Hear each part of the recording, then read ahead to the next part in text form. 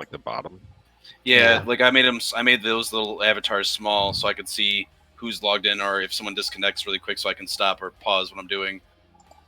I just have like the banners. I have my put the stuff names. fixed now.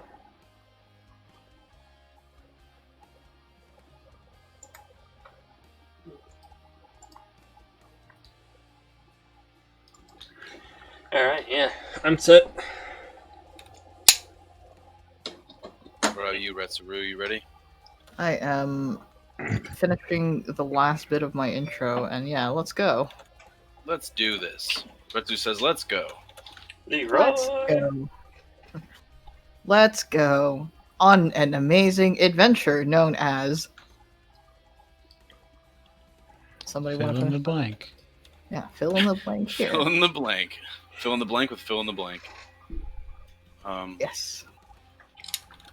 All right, well, if we're ready to get started, do you guys hear music playing? Just want to make sure. Yes. Okay, just want to make sure it's actually playing. It was giving me problems earlier. But yeah, we will get Very, started. very quiet. Yeah. Oh, it's very quiet. Okay. Yeah. Oh, it was.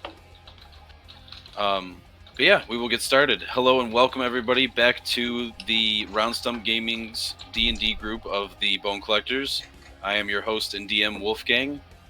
I am greeted and honored by all of these players that are with me, all 6 of them. We will go down the list real quick and do a quick intro, starting with Carnes, aka Lord Kirov. Hello, everybody. Both on my stream and on Retsu's, I am Lord Kirov everywhere except for the Round Stump, where I go by Carnes. I'm one of the streamers. I get the archive at this point just put into a big file that I'm like halfway through doing to get onto YouTube. But I also play Bashir, our little kobold friend for the game.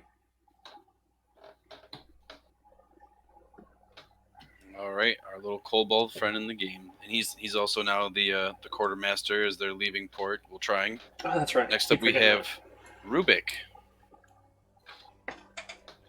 Hi, I'm Rubik, the dwarf paladin barbarian, among other things, extraordinaire person.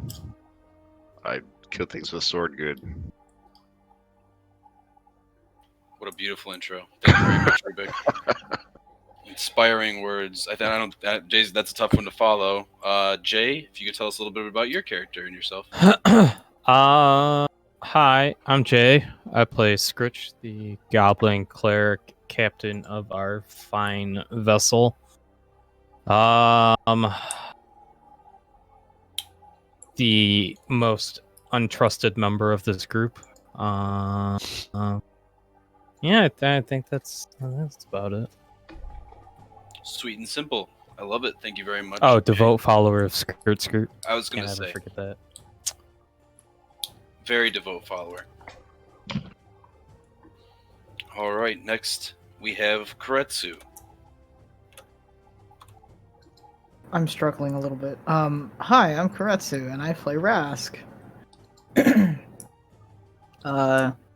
He's a giant lizard.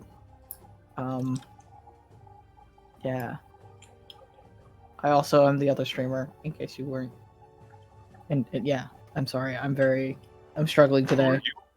I'm Rask. Oh, who's that? I thought you were Kuuretsu. I'm Kuuretsu. I play Rask. There we go.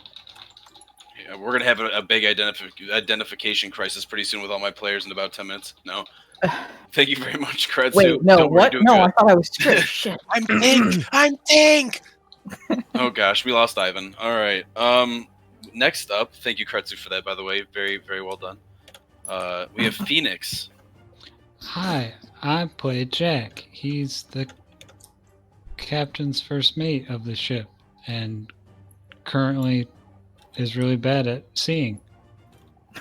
But yeah, I'm currently driving the boat or ship, whichever you prefer, and probably leading us into Doom or something. So yeah, good times. Yeah.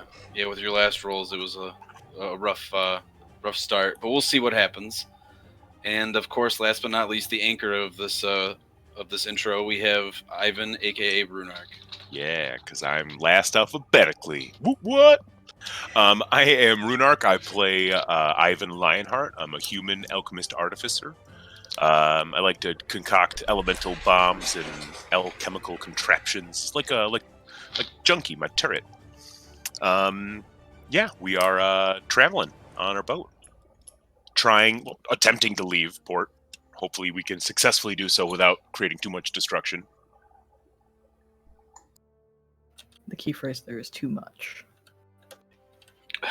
Well, thank you for that, Sir Ivan. All right, we will get right into it. But first, I'm going to do Rubik a solid because I know he really enjoys this, and so do probably some others. I mean, myself.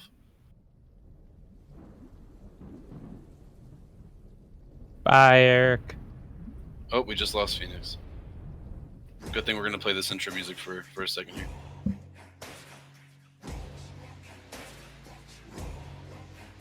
Rubik will sing along. Everybody got the words at the bottom of their screen? Ready to go? Wait, you need to copy paste this shit. Yes. It's going to sound really good with that time delay. I want Rubik to do a version of this song, and that's what our intro is going to be. That's one of the most unlikely outcomes. Why is that, Rubik? You love this song. Nice.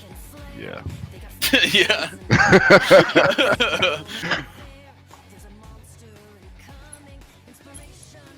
I haven't actually sung since, like, I don't know, middle school? That means your vocal cords will be... Oh, really? That means your vocal cords will be nice and fresh and ready to go. Perfect. Angel. We're just boring that up.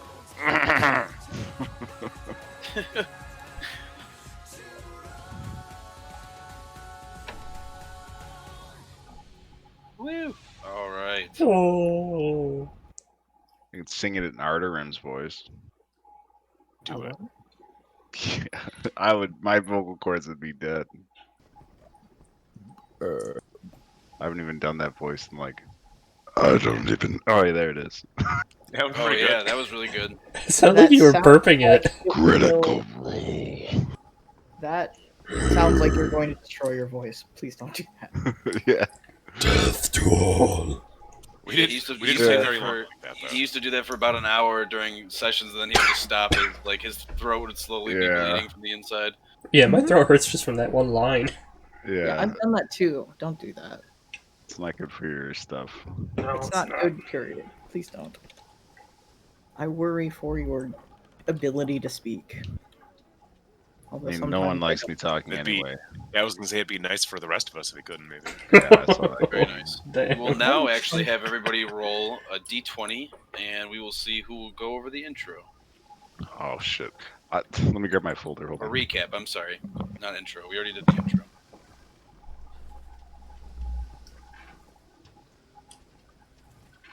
Oh, I see some higher rolls out there today. I like how we take away the Dex mod and Bashir still wins it. I mean, you look... At least this time Jack is second. Yeah. Wow, yeah, Jack. Nicely done. Well, Rubik hasn't rolled yet. We gotta see. Oh, that's true. I mean, mine would have been the same with Dex, so. That's true. But that meant that you are actually second instead of, like, last. I'm foregoing this one because things. Yeah, I'm gonna be honest. I don't really remember a lot, minus me getting 2 1s. Well, that is that. I mean, it was your wedding, so no worries on that. Yeah, I was gonna say I did have some shit going on, so. Yeah. Unimportant shit. Well, yeah. Wow.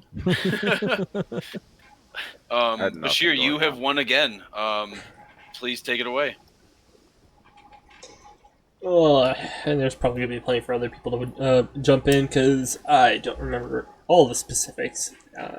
But from what I can tell from the top of my head, because my notes last time are shit, is we started off in the dining room just after everything was done. I believe at that point we were either done cleaning all the blood off of the ship, or at least in the process of finishing that up.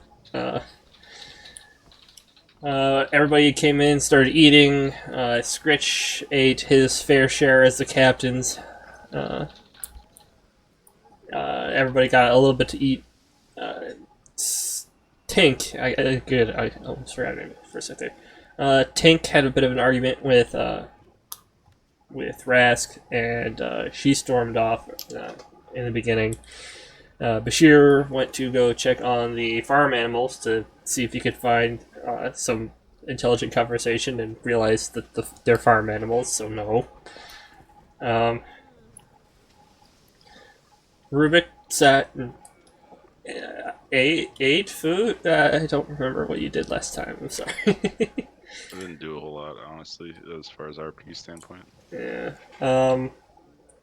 I know Ivan went out and started swimming with our Triton cook to give his turtle some time to play around in the water before we left.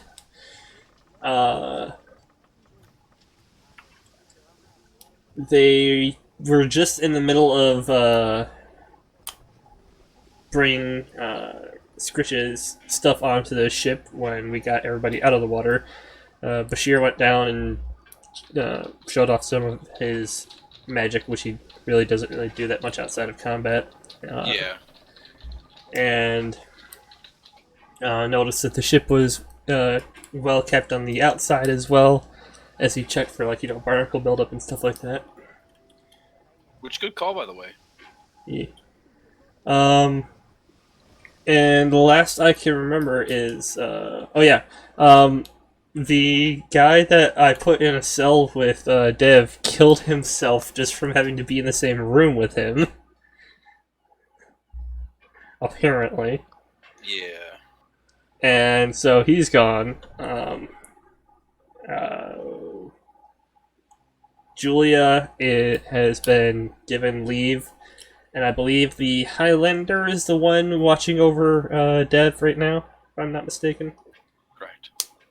Well, Bashir is sitting at the back, just sort of like watching the coast disappear behind them after Jack showed off his expert piloting skills doing a 360 no-scope with an entire ship. Oh yeah, very quickly. And we are just about leaving off of sea. Rask, I almost forgot. Rask did bring some food over to Tink and kind of mended that bridge a little, from what I can remember. And the boars are phonetically devoted to Rask for saving them. Yes, the one really follows Rask and the other one follows the other one. They have a very pack mentality. That's about all I can think of off the top of my head. Okay, no, very well done. Is there anything else anybody would like to add?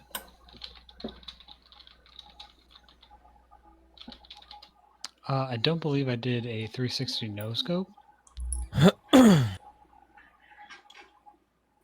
Almost. Sick drift. He was using an ACOG site. I mean, Yeah. he was an Android. Come on now. You can no scope with an ACOG. Did we also pick up Skritch's furniture? Yeah, Yes. we loaded on just before we left. Yeah, who do you remember who went and got the furniture? I do. It was Jack. And Jack Marco. and Marco. Marco, yeah. Oh yeah, And- Marco had an issue. Yeah. Or actually, Jack had an issue with Yes, him. Jack had an issue with Marco. Oh man, yeah. Marco likes to talk a lot to everybody. He's a very charismatic person by talking to people, and he just loves hearing his own voice. And Jack kind of even told him that, and he agreed with him, so he just kept talking even more. So And dislocated your shoulder. yes, you shoved him very hard. It's fine. Should have been But- made of metal. You guys are so you if there's anything else that anybody would like to add, what I'll do is we're gonna be giving inspiration points. So for now, what I'll do, I haven't set it up completely yet. What I'm gonna do is just gonna give you some money, which will help in the long run nonetheless too. So give yourself a platinum piece, Cards, and Retsu, give yourself 2 gold pieces. Thank you.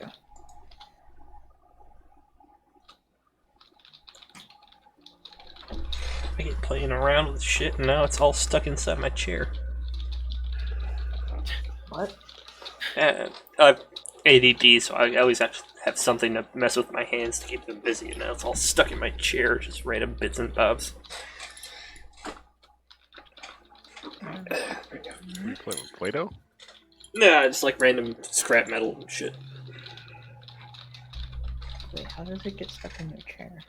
It's like the size of a quarter.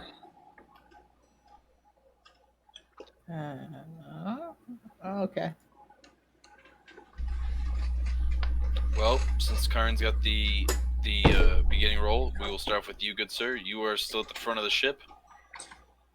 You are watching Jack steer the ship through the port, but unfortunately, he did not do a good job on getting the right angle, and you can see that the ship's actually caught wind and is starting to spin around. I thought I was at the back of the bow watching, because that's where the character token is. No, you're at the front of the ship, where everything is sitting up here. You're at the front, technically. Oh, okay. I can't remember where I had Every- left off, so I you assumed steer where from my the back token of the was. ship, so Alright. Oh, sorry, hit my mic. no worries. So we're still in the port, and all this shit is still going on, then, right? Correct. But she was just going to look up and just be like a little reserved, like not sure if he should be asking the question. This is how the ship leaves port normally? As he looks over to either Dev or Marco, whichever one is closer to him. They're all the way at the back of the ship where you were at the front. So the only one close to you is the merfolk, Coraline, but she seems to be busy, also being terrified and hanging onto the railing as she's kind of like flinching already preemptively before anything is hit. I'm completely confused as to where. And so my token is where I am. You are right here. Yep, your token is Okay. where you are. Alright, sorry, I was very If you confused. want to move to the back, we can get you back there. Nah. While everything's spinning around, I mean, you wouldn't have a problem walking on deck. I'm fine up here. Bashir just be like a. I guess you just sort of say that out loud to whoever could hear him at that point. Okay. This is fine. And you kind of hear Bashir shout this as this is going on, and you also see the boat spinning quite quickly, actually. Rubik, you see this as well. Skritch, you're sitting on Jack's shoulder. You're kind of surrounded by quite a few members of your crew. What is your reaction to this as Jack is steering the ship? Skritch probably isn't going to show much of a reaction. Okay, just keep his stern face and keep his captain's hat on. Yeah. All right, Rubik, what's your reaction? Are you going to hang on to something? Are you going to try to, make sure the boars are okay? You're pretty close to them. I could care less about that. Is it clear that we are about to strike an object? Very clear. You could tell by how fast you are going and where the other ships, the little fishing ships, are lined up. Unfortunately, they are just in a very bad spot. So we either hit something hard and unmoving or a bunch of fishing ships? Yeah, there is a piece of land that jolts out from the dock, but you don't know how shallow the land is. So you're not sure if you might run aground or you might just hit the fishing ships and sweep them over. So something's going to happen. Okay. Oh, okay. So is there a direction we can turn to avoid it? Jack can try to counterbalance it and steer it the complete opposite direction. But if he overdoes it, the ship's just going to go even faster, like basically spin even faster, and cause even more of an issue. So he's got to make sure it's a good roll in the sense of things. I'm just gonna. Rubik will stand there gallantly and just. What will be, will be. Just stand there epically as you're just hanging and staring forward. All right. Yeah, Rask. just at the blank look. The blank look. Damned if we do, damned if we don't. You have no idea, Rask? Are you just going to hang on, or are you just going to stand your ground and kind of look around as everybody else seems to be freaking out? Rask is gonna look at Marco. You see Marco is terrified and is also shouting to Jack to turn the other way, turn the other way. You just hear him go, turn the other way, turn the other way! As you see he's kind of like hanging on to the back mast. So there's nothing that Rask can do, so he's just gonna... He still has a plate of food, by the way. Yeah, you are still hanging onto the plate of food. Rask is just like trying his best not to fall over at this point, and he's Okay. not doing very well. All right. So Rask is trying to keep a sturdy footing, but the boat is shaking and moving quite quickly as the wind kind of blows it around. So with that said, down below, Ivan, you are still in the... I believe you're... Let me take a look.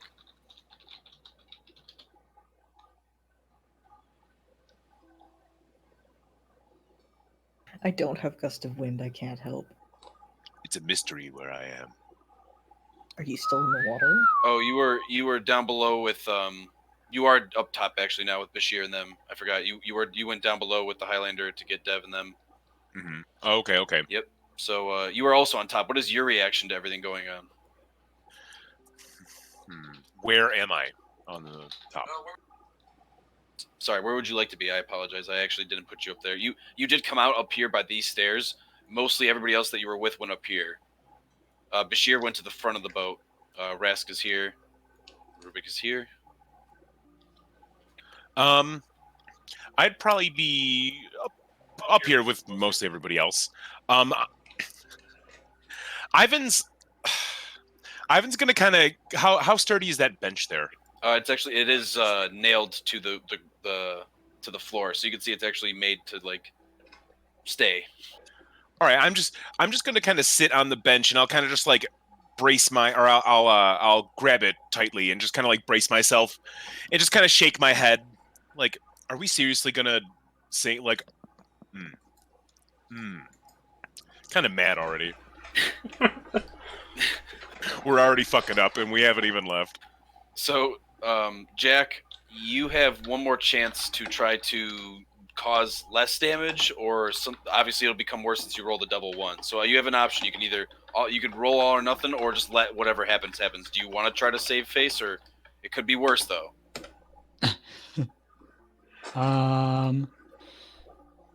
Like the double jeopardy. What do you want to do here? Quick question: what would I be rolling? I would have to. It'd either be an athletics or acrobatics check. Okay.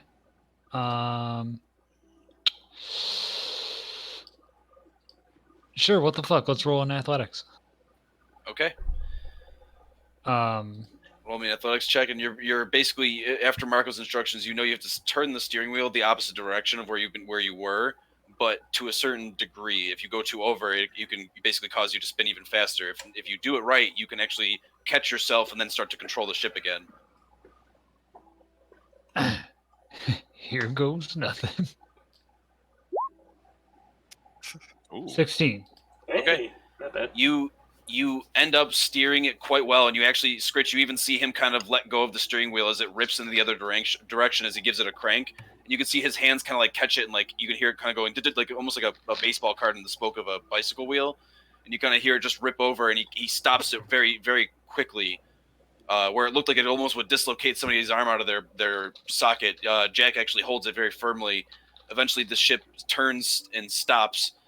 You do end up seeing that one fishing ship gets flipped over completely. Unfortunately, as you stop it, a giant wave flips the ship over, and you can see as it capsizes, a gentleman jumps out of the boat, and he's just kind of swimming up to the surface and looking at the ship as you guys are now starting to sail towards the mouth of the port. You are now going in the right direction, Jack, and you no longer have to really worry about it until you get out to open water where you need to go next. That was a hell of a rogue win. You see Elwyn kind of walks over to the side and waves to the fisherman. You see the fisherman is just shouting and panting as water's kind of overtaking him as the waves are still getting choppy. I'll get you for this. We're so sorry. Oh, I hope he's all right. As I kind of like stand up from my seat. You eventually hear the bells going off, the town bells going off again because there's a man overboard in the ship. And you can see that the wardens and other villagers are now rushing to his aid as they're waving you all goodbye and helping this guy. Learn how to drive. Of course, the bone collectors aren't just going to leave normally. They're going to leave with some style. We will be remembered. Good or bad. Why do those fishermen look so angry? We're back. We're all friends. Anyways, so you guys are now leaving the mouth of the port. And you're now entering the great ocean. As you're leaving, you can see that there's sandy beaches to the left and right of you, and as it breaks open, it's now just open water everywhere. The sun is still high in the sky. It is a very beautiful day. There are clouds and storms coming in, but you still have some time till you meet the rain. It seems now that you guys are just kind of sailing in the open ocean. There's no really direction now, as Dev is pointed Jack in the right location, and Dev's just kind of standing there, breathing in the air, and just kind of standing next to you guys.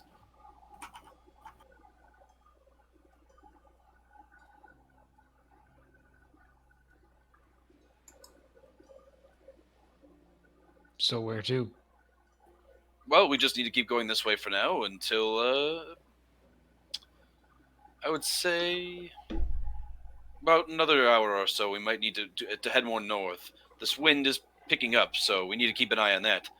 I should stay above deck at all times, though. I'm just saying, as the navigator, I need to know what's going on with the weather. If you keep me below deck in that little room, I can't tell anything what's going on. And he looks at you, Skritch. Captain Skritch, please allow me to stay up on deck. You can keep the handcuffs on, I do not mind. Captain Skritch will allow that. Ah, yes, good, Captain Skritch. I knew you had reason in your mind. Do you hear that, Highlander? We can stay up on deck. We don't need to go down in that room again. And the Highlander kind of gets a little fidgety and says, "Well, how about you just take a seat then?" He just sits him on the ground like a little kid in like a playroom, and you see Dev just kind of crosses his legs Indian style. Well, fine then. I'll just sit down. Don't mind if I do. My legs are getting tired anyways. Marco looks over at you, Jack. That was an impressive move. You instead of even destroying any ship, you just flipped one over. It wasn't so bad. Could have been worse. Much worse. I thought you were to destroy the entire fleet of those ships and take out the deck and maybe even do some damage to our own ship. Impressive work, though. I must say, you are a good ship pilot. You are aren't you the deck officer as well, the one that's in charge of security, though? I suppose I'm called Skritch's bodyguard, I guess? Ah, so you have many roles here. Yeah. Jack of all trades. But No, Skritch is going to jump off and retire to the captain's quarters. Do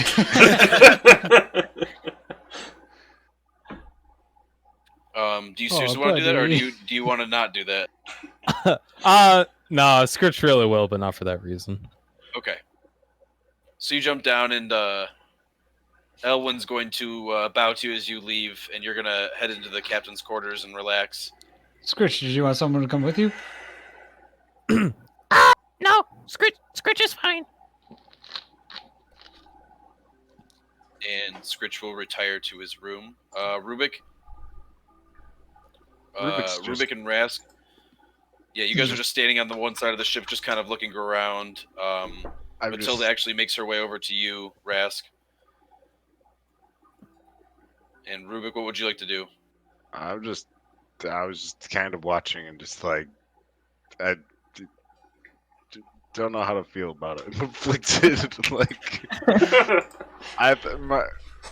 yep. Mask is gonna walk over to Rubik.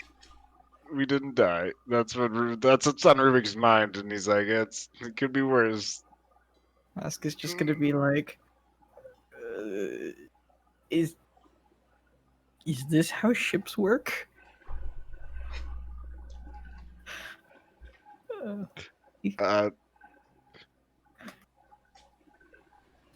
I don't know how to answer that without confusing you.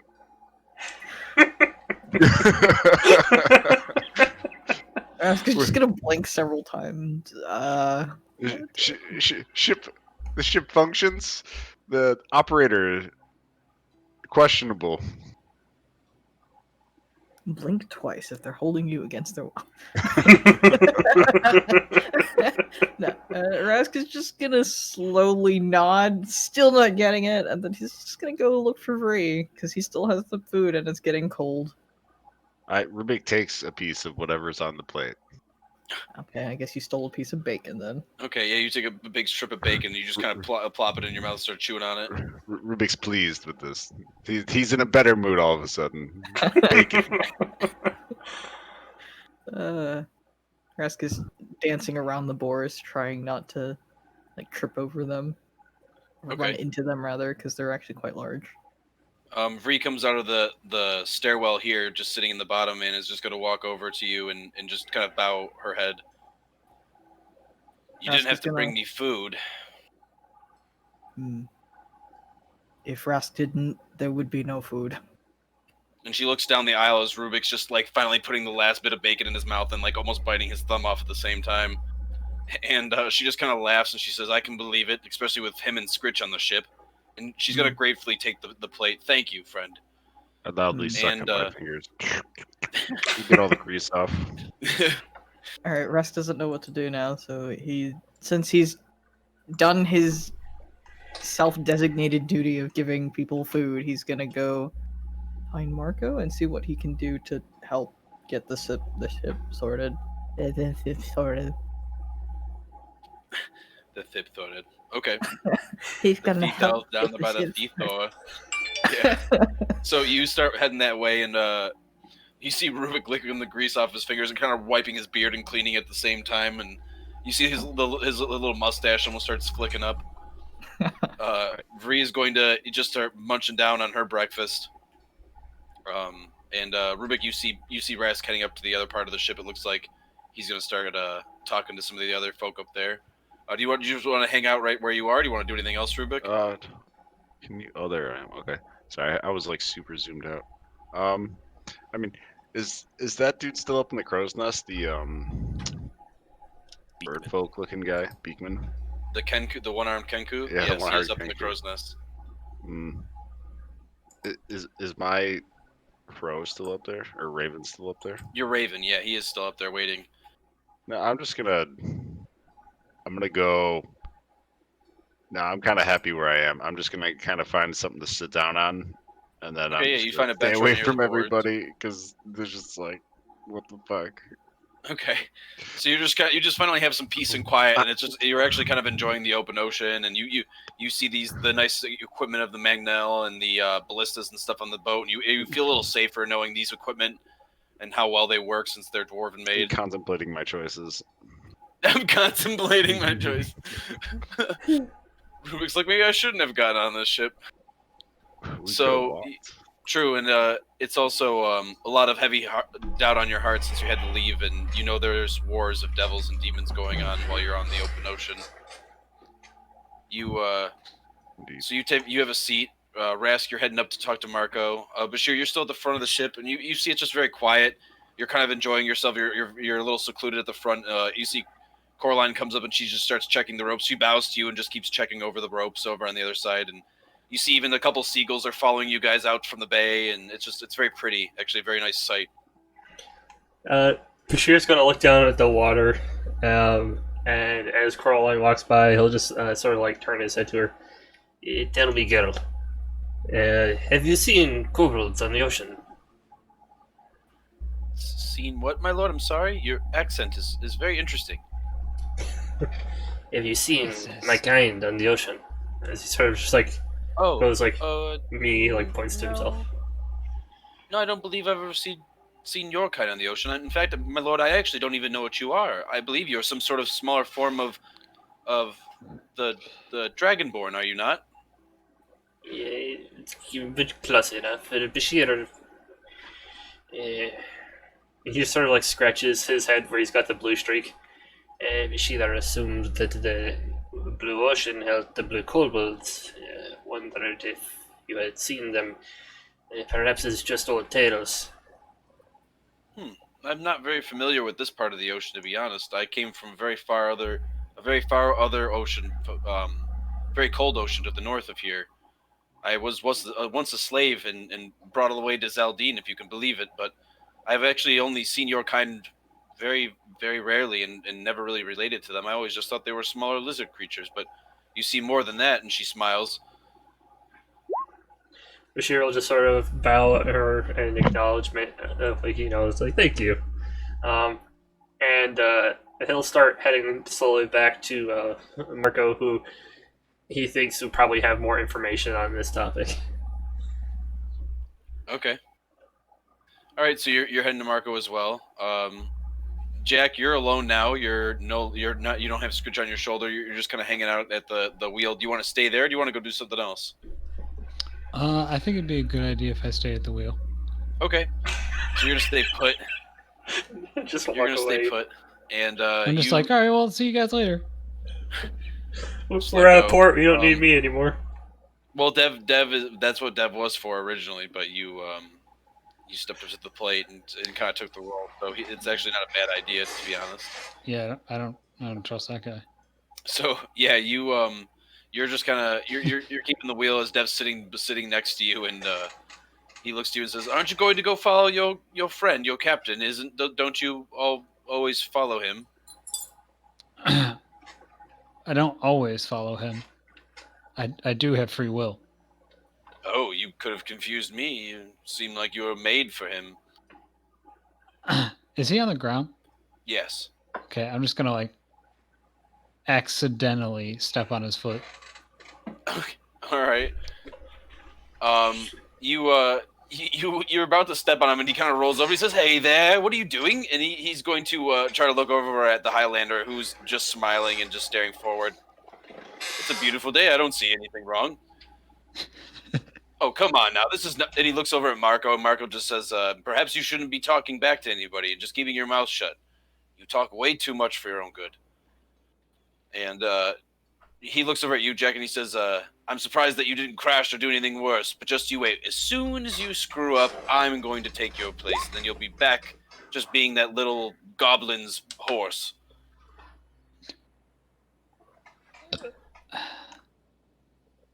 And I'll still have my axe at your throat. Well, you can't do anything about it because they need me. You need me. And as soon as we land, your usefulness ends. I wouldn't say so. My usefulness can go on. Hold on. All right, let's not let's not go too far. And I'll kind of like interject into this little kerfuffle. And Elwyn just starts laughing. He says, in Elvish, he says, I could keep listening to this for hours as he rolls his eyes sarcastically. Do you guys need to be standing next to each other this whole time? Well, if I'm not steering the ship, I at least need to be able to tell the helmsman what's going on. Unfortunately, the helmsman's not very reasonable, or doesn't really think for himself. I assure you he does. Okay, he's quite intelligent. As he looks back up at you, Jack. Well, if you say so, I'll let him steer the ship. If he, as I said though, if he makes a mistake, you know who to call. And he keeps being sit there as the handcuffs are tightened on him as the Highlander just leans down and like you can see the Highlander whisper something to him, and Marco just kind of laughs as Dev is now going to stop talking and just kind of starts whistling and humming. Marco, I have a question. Of course. What kind of like non-humanoid threats are like most prominent out there for us? The Sahajin. They're everywhere. They control most of the oceans. What are they? Sahajin. Can you spell that for me? God bless you. How many vowels does that have? It's this. I've always It's heard all them vowels. But the fish people. It's not even like pronounced anyway. It's just like throat noises.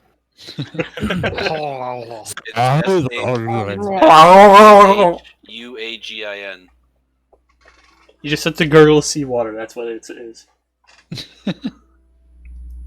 Who can do the Murloc noise? I can't do the Murloc. I heard Jeremy Crawford always call him Saugen, so I just call him that. Murloc? I don't think What I've heard that. What are those? They are merfolk-like creatures, but much more bent on chaos and dominance. They're very aggressive. Trust me, Their territory means no ends. If you are caught there, they will do what they need to get information, kill you, or make use of you. They're very deviant creatures. In fact, they've been at war with most of the other civilizations of the ocean for as long as I can remember. Far beyond my grandfather's tales, and he just kind of smiles. But as long as we keep together and stay our numbers, they shouldn't be a bother. Anything else? Oh, I know we don't have to worry about quite everything. We do have quite a large ship, but there must be some other threats out there. I would say other humans, be wary. There are always other pirates and other merchants, or anyone who claims to be somebody friendly. These waters are unforgiving, and humans, I feel, are the most deviant of them all. I'd rather have my chance with a sea serpent or something than have to deal with a ship full of humans. You never know what they're like. Unpredictable. Exactly. So if you see another ship, always warn the others. Never be a hero and try to investigate it for yourself. I can't tell you how many ships have gone down because no one said something of another ship being sighted. It could be the last of your crew if you're not careful. Morale is everything out here. As Marco looks out at the ship, morale is everything. As he looks out over the men, like the men and women who are working on the ship deck. Anyway, I've been working on another thing, and I'll pull out basically like So what I can do is I can cast water breathing as a ritual, but I want to kind of, if you don't mind, I want to kind of reflavor it as to like I kind of make like a potion or like a dust or something, and that's how it's used. That's fine. Okay, I just want to like say I made one just for reference, and I'll just kind of pull it out and show it to them. And I've been working on something. It'll help others breathe underwater for a substantial amount of time, about a day. It might be helpful for those who are worried about something like that. Well, we could definitely use those. Can you make a lot of them? Yeah, it takes a little bit of time, but I can make a substantial amount. Well, we should at least give one to every crew member and make a large portion of them stored away in case if things do go bad. They do have quite a short shelf life. That could be a problem. Once I make them, I mean, I can continuously make them, but once I make them, they're only stable for a short time. Then how many can you make? I can essentially, like, each casting of the spell, I can affect 10 people, and it takes 10 minutes to cast. They basically, like, essentially they would have to be kind of used immediately. Like, I can't, like, store them up. I just kind of want to reflavor the spell as, like, a powder in a sense. Yeah. No, that's fine.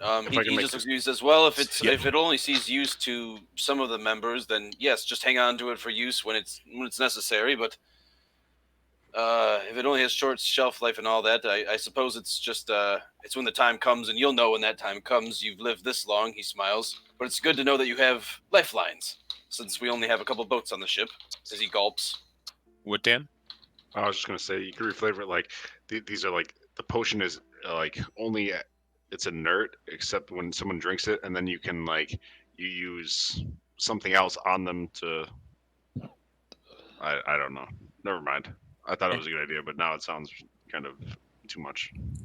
You create nanobots that everybody has in their blood, but you have to use a spell to activate them. Okay. Oh God! There we go. All right, can we make this more complicated? No, okay. Program them every day at dawn, but you have to use binary code. So yeah, that's the best code.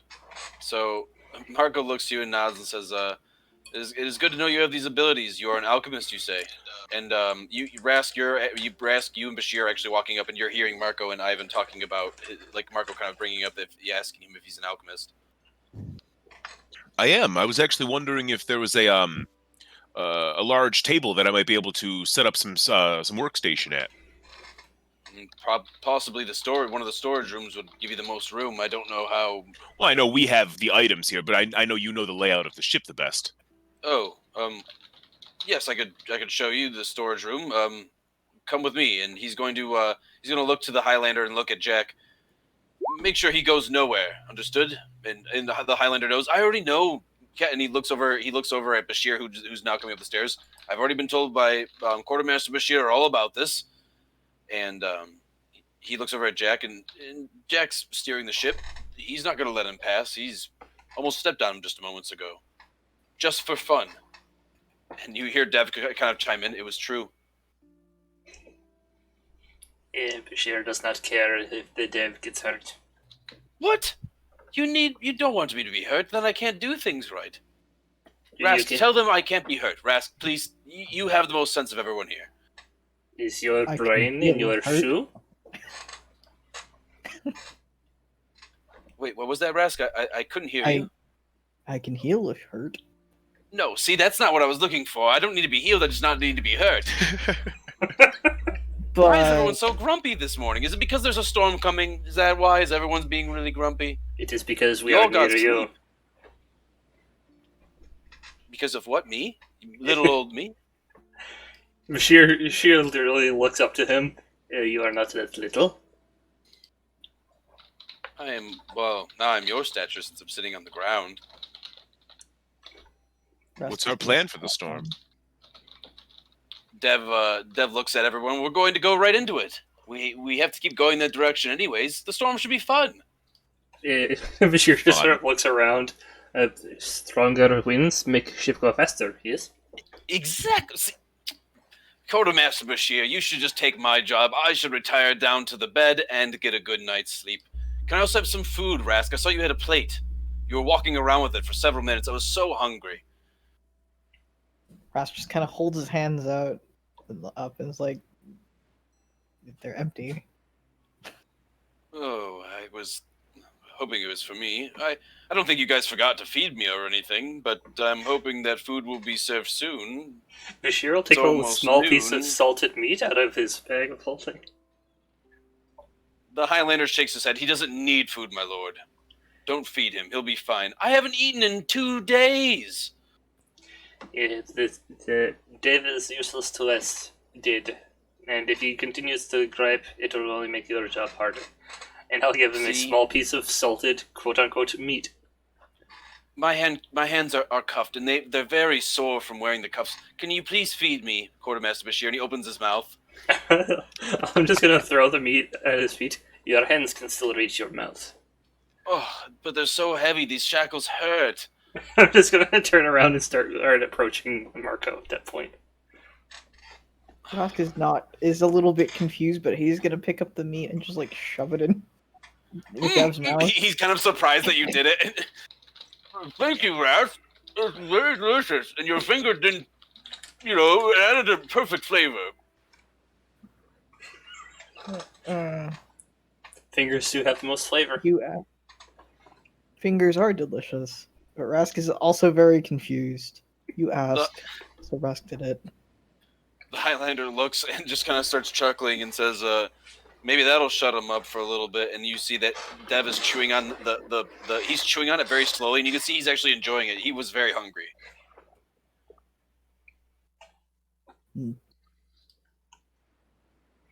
Thank you, Rask. I knew I could depend on you.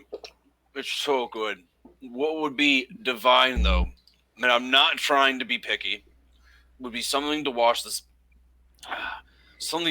down with. Would be so perfect right now. I mean, look at the sun is out. We have clear skies until that storm hits us. By the way, everyone should make sure you have decent gear on, and don't carry anything on you that's heavy, because if you go overboard, you'll sink so quickly. Rask will fish out his water skin for him and hand it over. Gimme. And you see that he kind of reaches up his hands. Oh, the shackles. Can please, Rask, would you mind just pouring just a little at a time so you do not drown me? Rask is a little bit confused, but he's gonna start tipping it, and then he might accidentally drown him a little bit. All right, so you start pouring the water, and you actually pour a little bit onto his face, and he's my eye, oh god, oh. And he kind of like leans his head back. Okay, enough, and you just pour it onto his chest. That was delicious and refreshing. Thank you. I needed a shower as well, I suppose. I was starting to stink. Does Rubik hear that? Yeah, you hear that from where you're sitting. I second that. See, I should take a nice bath. I know there are nice baths on this ship. I know there are nice baths on this ship. Tie him to a rope and throw him overboard. No. That's how you kill somebody. See, I don't need to be thrown overboard. Let's just. You only be out there a couple minutes. All it takes out here in the Great Sea. Or we'll catch a big fish. Exactly, I'll be fish food. Oh, big fish. I'd like. Rask, do you like fish? Rask likes fingers more? You see Balthazar comes up from the down below deck, and he kind of hears all this, and he says, I don't mean to interrupt, but may I speak to the six bone collectors of Rubik's group privately, please? Balthazar clears his throat. As you can see, he's holding a large parchment and a small chest. Ooh. Captain's quarters? Rask kind of suggests after a moment because he realizes that Skritch isn't here. Sure. Sounds good. I don't know where the captain's quarters are exactly. Balthazar looks around confused. Bashir will just sort of like motion with one hand and lead him over there. Okay. I'll follow. Yeah, Rubik will like rock onto his feet and just like and Rask will follow, but he's gonna take his water skin back first. Okay, you take it back, and you see he just kind of like and you just take it away.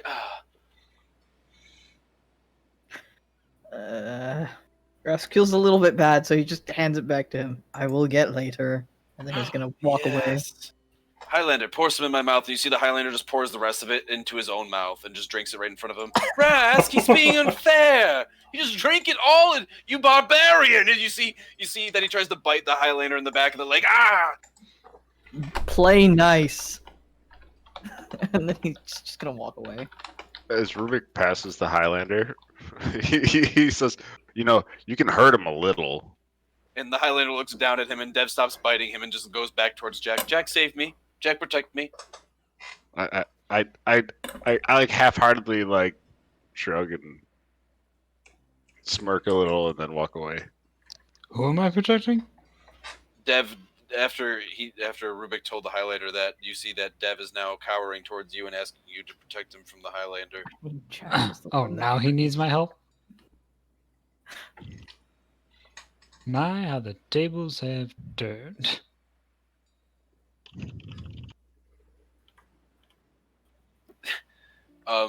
So do you decide to go down as well, or do you want to stay up there, Jack? Because you're the only one who really is kind of having any responsibility at this point. Yeah, I'm just gonna keep driving the ship. Okay. Smacking Dev along the way. All right. How does that work then? The 6 bone collectors? Well, Jack just won't be there for the time being. Okay, rip. Jack heard it. He just is deciding that steering the ship is more important than going to talk to Balthazar right now. While that's going on, Skritch, you actually hear a very light knock on the door of Balthazar, just kind of lightly, just hello, Captain Skritch, are you there? Yeah. Skritch is here. And Skritch, I don't have your furniture. I wanted to go over with where you wanted to put it, but you have a very large chair to go with your very large hat. Oh, perfect. And you're kind of sitting in your chair, and you're kind of looking out your double stained glass window right here, and you have a nice big cigar table next to you, and you have a nice humidor. You have you have a globe with a scotch that has like a bunch of scotch and alcohol in it. Oh, perfect. You have books. You have nice bookshelves with books all in them that you've never read before. Is it a swivel chair? It is a swivel chair just because you requested that. Nice. Skritch is just gonna be sitting in the chair with a unlit cigar because he doesn't know how to smoke them or do anything with them. And as the door opens, he's just gonna swivel around and face everyone as they come in. So you all walk around the mast and his other furniture. This room is now packed full of stuff. And you make your way over, and you see Skritch sitting in a chair as he swivels around in this large chair, looking at all of you. And he's just kind of holding the cigar that's about the size of his arm. And he's just smiling. As you can see, he's very relaxed and very comfortable in all of his new attire. Oh, you really went all out in here, didn't you? Captain Skritch gets the finest furniture. I mean, very clear. Very clear. Can you even smoke that thing? Skritch isn't sure what to do with it. Is it edible? Skritch is gonna take a bite out of it. As Raz has that, you see that he has no second thought, but just bites into it, and you even hear Balthazar. Oh no, Skritch, don't bite it. I mean, I wouldn't eat it, but he might think it's good. You take a big bite, and it tastes just like tobacco. I was gonna say his face is gonna light up before he takes a bite out of it, like he never thought of it, and he's really excited to try it. And he regrets everything afterwards. You feel a little sick, but you're okay. It's disgusting. Well, you're not supposed to eat them. You are supposed to smoke them. You gotta light the end on fire, and it's a process. Maybe no fire on the boat. Skritch doesn't want them. Yeah, no fire on the boat. Balthazar seconds that. I agree. As a sorcerer of fire, I second no fire on the boat. Skritch is gonna be like mid-match strike. And from what I've heard, you have very delicate hands, Captain Skritch. So please do not harm them. As he like holds your hands very delicately together. Please don't harm your hands, for the sake of all of us. I actually completely forgot about Skritch's hands. Not even gonna lie. As you see, he's playing patty cake with Jack, who's just slamming his hands with these giant metal gauntlets. Oh man. Rubik But sits Balthazar, down on a piece of furniture and just kind of like holds his head in his hands. you see that there is a lot of furniture for you guys to sit down on. Ras, there's even a couch that's very large enough, and even has like a slot in the back for a tail. Bashir and you, like, it looks like your dream couch. I don't think Bashir's tail is actually that long where most chairs would really affect him much. You'd be surprised if you not had used to it, room either. for it. Rask is totally not used to it, so he's like hesitant and confused as to why there's a slot cut out on some sitting implement. Bashir It never occurred to him that he could sit comfortably. Bashir's just going to look up at it. Yeah, the couch is supposed to be toilet. Bashir just sits next to you, Ras, because he looks very small compared to you, and his little feet can kick up, but you guys look very comfortable at least. Rubik, you take a big seat. You take a seat in a very nice rocking chair that it seems that doesn't really match any of the furniture, but for somehow he got this in the town. It's maybe he got it from some nice town folk that He stole it from some old lady off her porch. I remember now that. we're Yeah. just insinuating. Now we're at sea and we can't really test it because we're not going back. So Insinuating. Making some assumptions over here. Ivan, you find a very nice armchair in it as well. That's right next to the globe of alcohol, and you could see that Rubik's also eyeing up that globe of alcohol. There will be no alcohol left. Balthazar clears his throat. I have received word from Lady Lily herself, from direct word from Lord Velkin, payments as well as promotions. He smiles. You are all due in great time for these. In fact, you're behind a payment, so you'll be receiving your last month's payment, as well as this month's payment, and your promotion payment. Promotions. So it's worse than we thought. Then this mission. Why would you say that, Lord Rubik? This is an honor, is it not? Who's the? I assume Ivan's the second most senior member here, right? Of time being in service of the Bone Collectors, yes. Yeah, I just catch Ivan's eye, like, and that's all I say. I'm just, well, payment then. How much? Well, for your services, everyone will be receiving. You were all slayers, correct? And Rubik, you were master hunter. Mm-hmm. So do 460 gold times 2, so that's going to be 920. Mm-hmm. Is it? Yeah, 920 plus your upgrades, so you'll also be making another 575 gold. So what is that total? 1495 total for everybody. Rubik, you're going to be making 575 plus 575. So it's going to be 1,150. Mhm. And you're going to be making your promotion bonus. You are now going to be a captain, which is going to be an additional 950 gold on top of the 150. You are all now master hunters, and Rubik is now a captain. What about Bashir, who came in kind of later than the rest of us?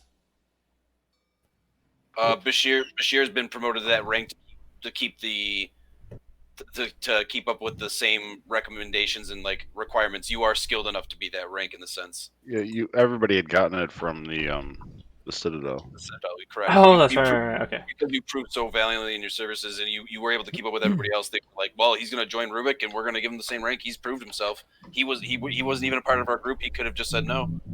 So you proved yourself very valiant with that. So that's why you deserved your rank you did. So you are now all master hunters. He basically hands you each one of you a patch, and gives you a new tunic, and you kind of turn in your old one now at this point. You're just gonna put the tunic in his bag along with the patch. And as Balthazar does this, he's going to hand you each your gold, and he says, well, congratulations to all of you. Where's Jack? I have his things. Oh, he must be still at the helm. I will give his things later. But Lady Lily sends her regards and her promise. Lord Vulcan is very proud of all of you. He smiles. He's very, very proud of all of you and hopes that you complete this mission. Whether we find our comrades dead or alive, we will bring them back for the Bone Collectors. And he smiles at all of you. For the Bone Collectors.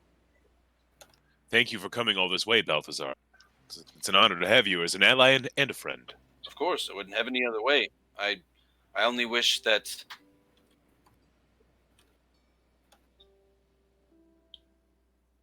I only wish Zorthal was with us. I do miss him so. He was always getting into shenanigans, and kids were always picking on him, so... Well, I do wonder what he's up to now. He's always in our thoughts, and I unsheathed the sword a little bit. For justice! Before it finishes, I just clink it back.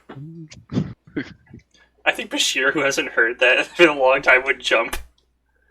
Balthazar smiles. You have his blade! Oh, that is incredible. Rubik, I am astonished he would give you such... It's one of his most prized possessions. I simply am custodian. It will be returned to him in due time once he's gotten over his flump. Yes, a flump, if you will. Must be a dwarvish term. He kind of talks to himself. But yes, a flump indeed he must be in for you to have received such a prized possession of his. I hope everything is good. I have not time, but at least knowing that you have his blade it cheers me up quite so. Speaking of, do we have a bard upon the ship? It's nice to hear music every so often. Lift the spirits of the men and women here.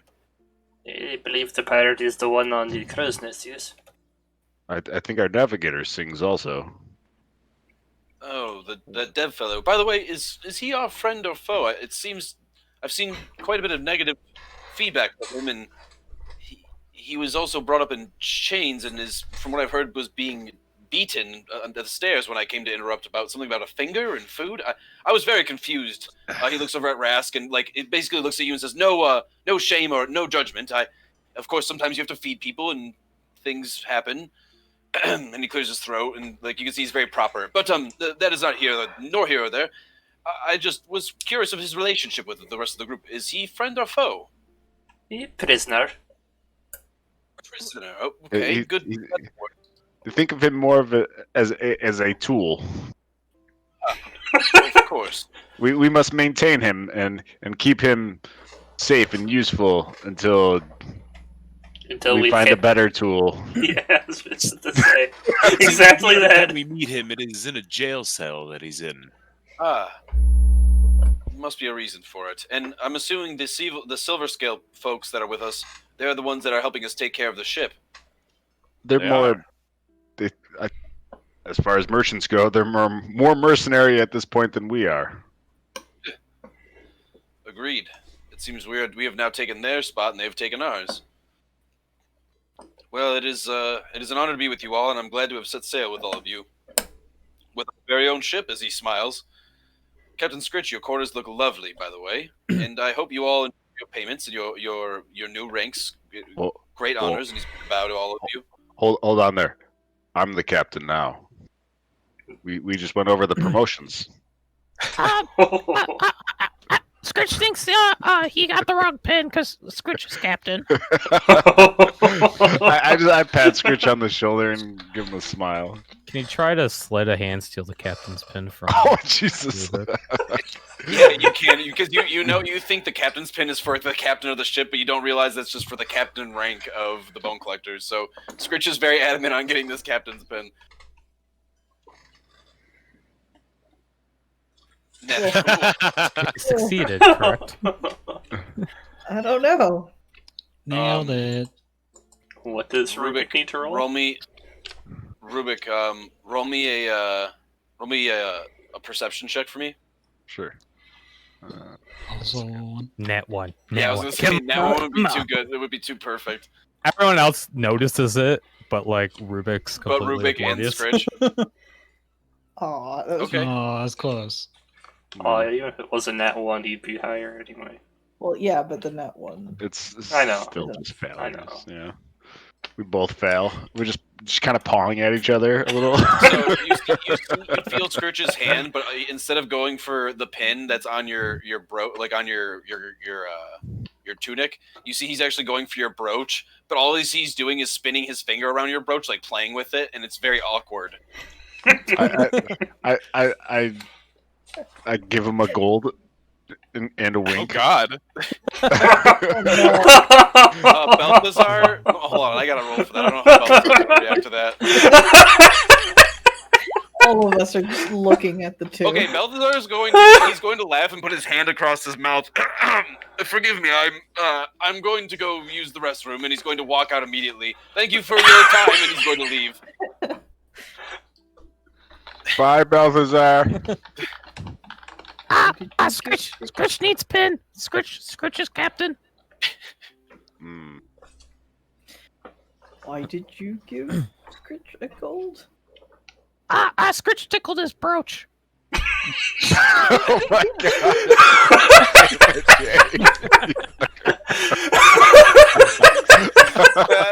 That is a perfect line. Oh God! Well, if we don't make that a T-shirt, I don't know what we can't do. Oh, God. Amazing. Oh boy! All right. So after Skritch tickled Rubik's brooch, This is what took us 6 sessions just to get out of the harbor. yep.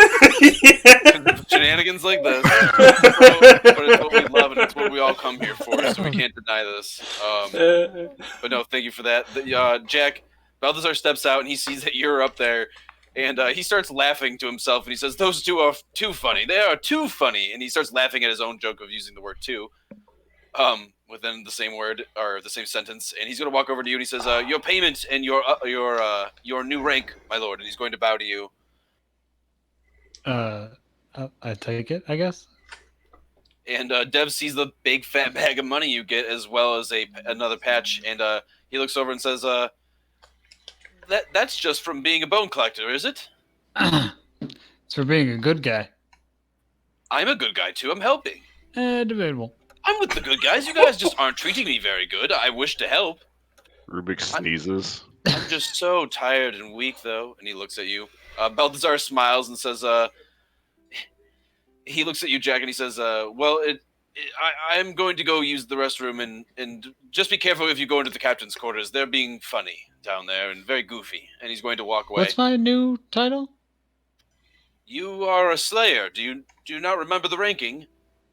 It's been so long since I've been promoted. Oh, well. Oh, I'm sorry, not a slayer. You were a hunter. I apologize. You were a master hunter. See, this is why I asked the tough questions. See, Balthazar even messed up. The DM did, and I apologize on Balthazar's behalf. So, I'm a hunter then? A master hunter, yep. How far is that below captain? 1? That is 1, yep. Well, there's 2 ranks. There's captain and inquisitor. Inquisitors are freelance members of the Bone Collectors that don't follow a chapter. They have no captain and they don't work with another member. They're very far and few between. You can only do that. You can only be promoted an inquisitor if you do certain things.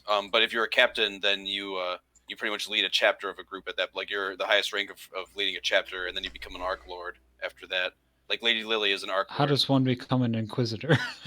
You have to basically be real OP with a group and be able to lead a group successfully through mini missions and keep people alive, and then you can go on your own because you can work well with a group and survive. Okay, so I'm pretty much done. All right, got it.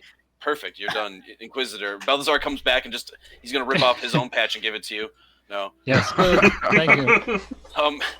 You are double rank. You go. You're done. Get 2 Lord payments. Vulcan now answers to you. What do you want? What do you want to do? No. So Balthazar is going to go and you see he's rushing down below deck to go use the bathroom. You can see he's feeling a little seasick already, and he's not looking too good. So he runs down below deck. Everybody else, you guys are still in the captain's quarters with Skritch in his giant hat with his giant chair, and you guys are all just kind of sitting there with your giant bags of money and your new patches and your new tunics, and it's a whole new day. Wait, did I get a new tunic? Yes, you did. Goddamn right. Rask is actually gonna follow out, but he's mumbling about like tickling Rubik's brooch. Must be some sort of code, Rask. Spend time figuring it out. Get back to me. Brooches are inanimate. I don't think they can heal or feel anything. How You does sure one shit tickle tickled them? it. Have you ever tickled a dwarven brooch? Give a girl. You hear that voice from somewhere in the room. But no, Rask Wild is actually... JK appears. Oh god. Bashir, Yes. might you be able to show me a spot where I can set up a workstation at? This giant room down at the bottom of the map is basically on the same level, right? Because that's pretty much where Bashir would take him since he asked for a big table. That is this room down. That's the Right. conference room in the front of the ship. Yeah. Right, that's what I thought. Bashir will just sort of like motion for him to follow and Okay. start leading him there. All right. So you, Bashir and Ivan start to leave. So you guys take off. Is there anything else you got? Rask, Skritch, or Rubik? Is there anything you guys would like to do in the room or say anything before they go? I pin my new captain's brooch onto like my cloak and just I look at the little goblin and I just stick out my tongue and walk away. Question, is there like a hammock in the room?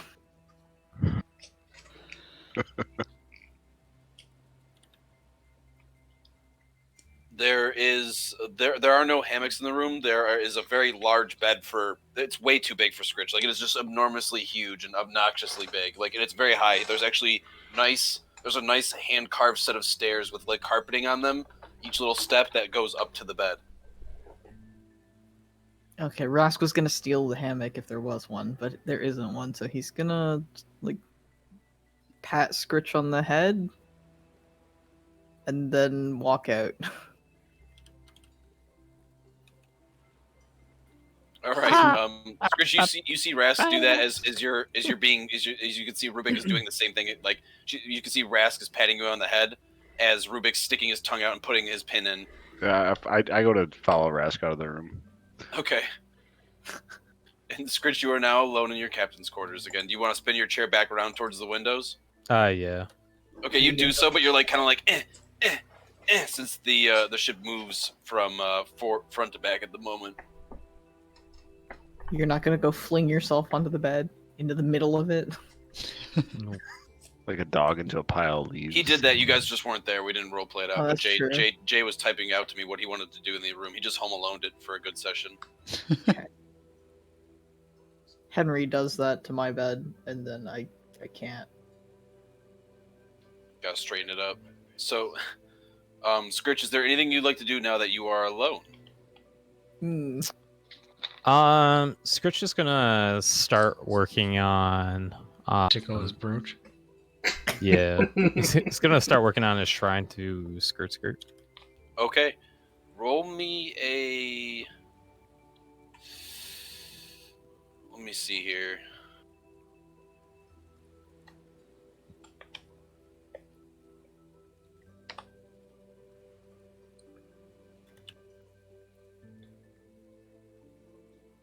Roll me a strength check for crafting, because you have wood and nails. So Right. Okay. It will be 18. okay, you actually you start working at it, and it's looking pretty good. It looks very goblin-like, and it's a little bit bigger than yourself, but it's starting to come together, and you're really liking it. Perfect. It's not finished yet, but you got some more work to do. But you're working on it, and it's starting to become pretty good progress. You're starting to get a good outline of it. So you start working on that very vigorously in your room. You actually put it right in the front between the two windows, so that, like, in the morning or whatever you are when the light's coming in, it looks very epic. So you dedicated a good spot in your room for this monument. As you're working on that, the rest of you guys have kind of split up and gone off on your own separate ways. Jack, you are still steering the ship, and it's now looking like that storm. You guys are going to be meeting up with that storm in a couple minutes now. It looks like the dark clouds are starting to downpour with rain. It looks very foggy. It looks very difficult to navigate in the sense of everything. And you're a little nervous since you've never really seen things like this in Lanton. This is kind of a little bit beyond you. You've never sailed into a fog before. Dev is just whistling though. He's just kind of whistling a very little slow song, and eventually starts humming. And the Highlander looks around at the storm as the waves are starting to pick up and get higher. I don't know if this is a good idea. And Marco looks and he says, "It's not a bad idea. Sometimes it is a good idea to go into the storm. I'm not a navigator though. It's technically his call." As he looks down at Dev, and Dev's just smiling forward, looking through the railings past the wheel. And I'm going to go check on the rest of the ship though. My men should be making sure that it's all maintained. We're ready for the storm. Jack, keep your helm ready. Don't lose sight of anything, and if there's another ship, immediately let me know. And he's going to start walking down the deck. If there's any what? Ships! If there's any other ships! As he shouts. And you see a crack of lightning hits the sky, and it pretty much directly hits the other opposite end of where the ocean is, and you can see it kind of ripple into the water, and it looks very pretty, but also very scary. I haven't driven in anything like this since the incident. Lightnings. Oh wait, is Jack gonna get struck by? He's our lightning rod.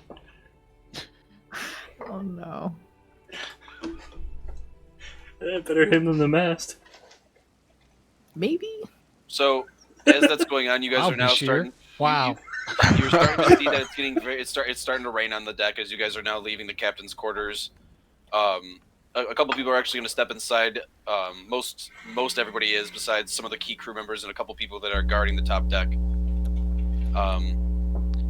Other than that, it's very quiet. The waves are quite large, but it's very slow right now. The storm's just kind of, you guys are up and down. It's not very crashing yet. It seems that you're just starting to hit the outside of the storm. And yeah, so you guys are leaving. Bashir and Ivan, you eventually get to the meeting room, and when you get there, Ivan, you see it's a huge table. It seats well over.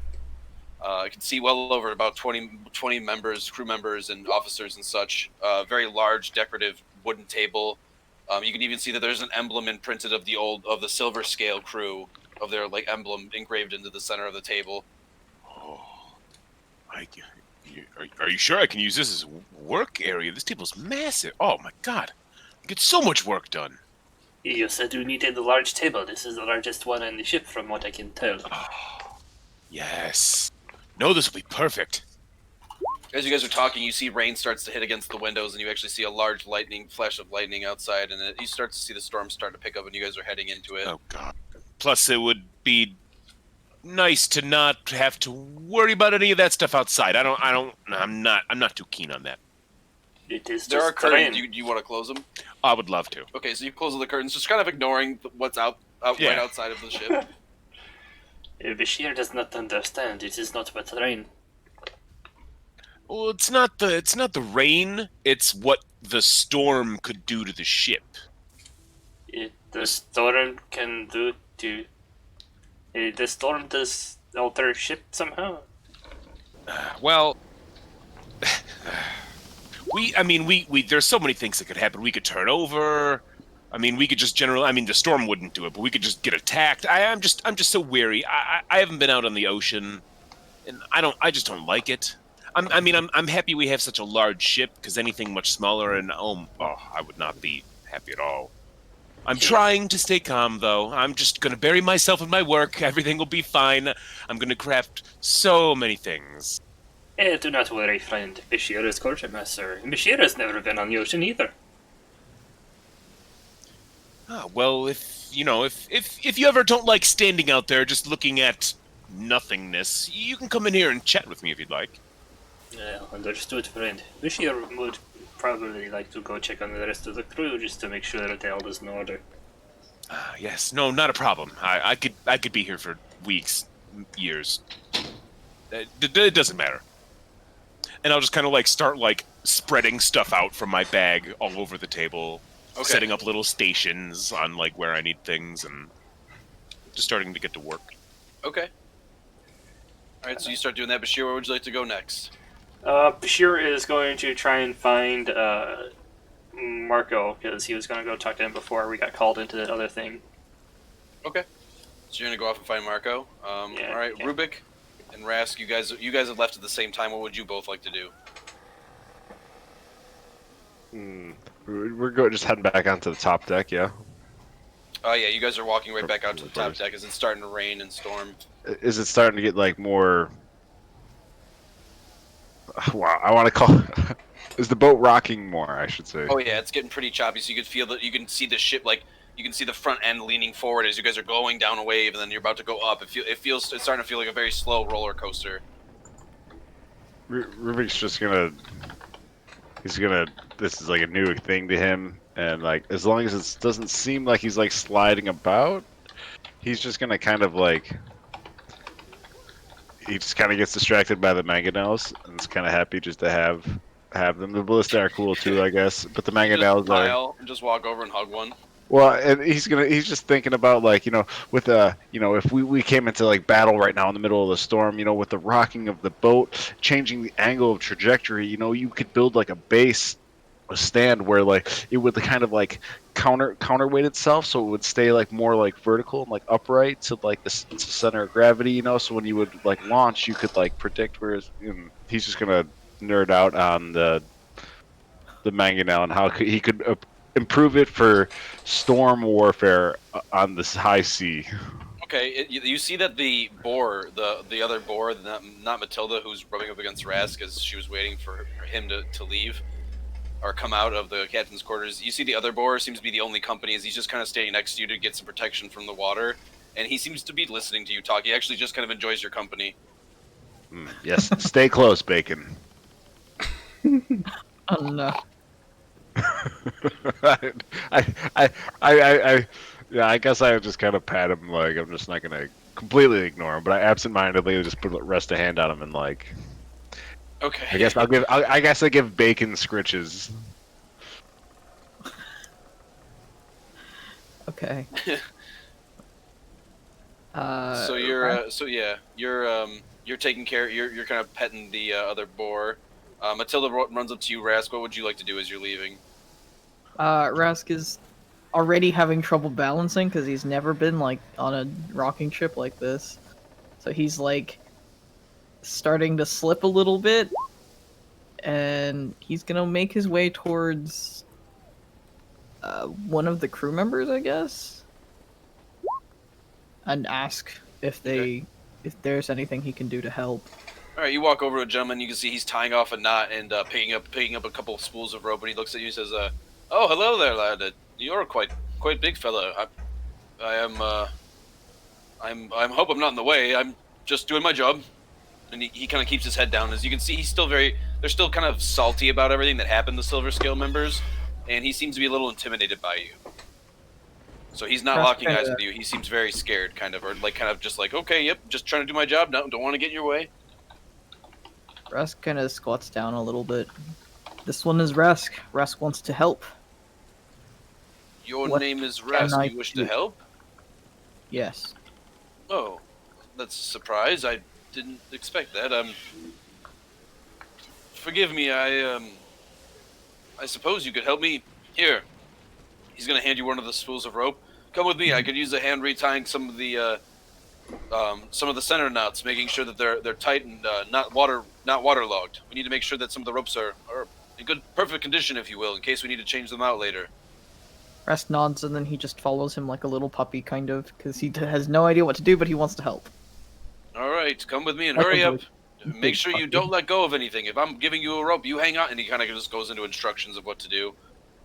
Rask is perfectly okay with that. Eventually, you hear up in the crow's nest up above. Everybody, let's see who's out on deck. I want everybody. Bashir, you're out on deck right now too. You just kind of walked out of the other area to see, Mhm. kind of to see if Marco's around. But you all hear from the crow's nest, "Ship on the starboard side!" As you hear the Kenku beakman point way over to the starboard side as he's waving up a lantern. Bashir would look towards the starboard side, see if he could see anything. Okay, you see a crew member drop his bucket, and he's going to run over too and kind of look along the railing, and Vree's actually going to step out from the stairs where she was lurking and kind of look. As you look out there, you can see way off in the distance, you can see a much smaller ship, and you can see its lanterns kind of going into the distance and fading out over the waves as it's trying to look. It looks like it's going back the way you guys came from. It's trying to go back to land as you guys are going out to sea. Does it look like it's heading towards us, or just like we're passing side to side but far away from each other? From what you could tell, it looks like side to side, but you're not very sure. You guys are moving so much in such an odd way. But after a while, you notice it's starting to get further away from you guys, and you guys are passing it. So it doesn't seem to be coming towards you at all. It just seems to be going towards land and not paying much mind to you. If it just goes past us, Rubik will stop winding up the Just letting you know. and just kind of slowly releases. So you just hear like softly in the background, clink, clink, clink, clink, clink, as he like releases the tension. So you begin to do that. After a few minutes, you see that the storm starts to pick up even more now. And after a moment of time, you actually can feel that the wind started to pick up. It's about 40 to 50 miles an hour now, and it's very windy. The sails are battering here and there. The wind's catching hold of the ship. You guys are moving quite quickly, but it is very rough and getting rougher. The waves are very high. You guys are getting slammed with some waves, and it's starting to get pretty deadly.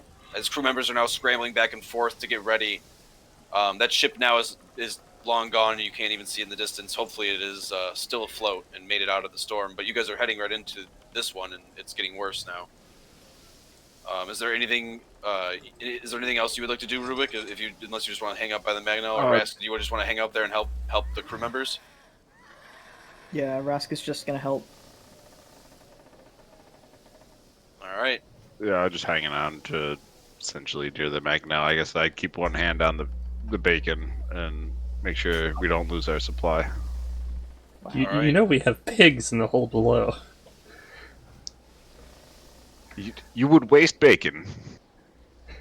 I'm saying we have. Words. I'm saying we have pigs for bacon, and these are our war beasts. Have you ever had war beast bacon? War bacon.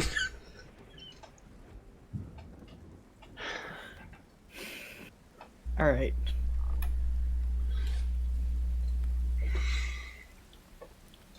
Jack, is there anything you'd like to do as you're standing guard, or as you're still standing at your post, kind of steering? You're just kind of keeping your hands on the helm as you're trying to keep in that same direction.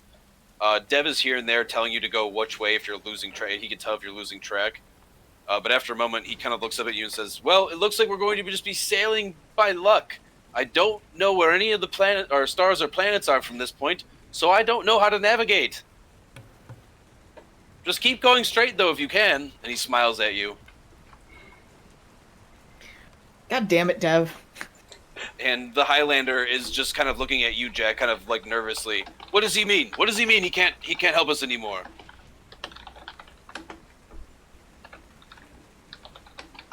Just right now, you big oaf. I can't help you now. It's too cloudy. I can't see the stars. You know what stars are? As Dev just kind of rolls his eyes. The I didn't Highlander's realize such an that I was idiot. muted. Can I do an insight check to see if he's lying? Yes, you can. Well, is that like the third 7 I've rolled? Okay. You got a 7? I rolled a 7. I got a 12 altogether. Okay. Well, okay. Yeah. So you beat him. He got a bad roll too. So you barely beat him. But yeah, you can tell that he's actually lying.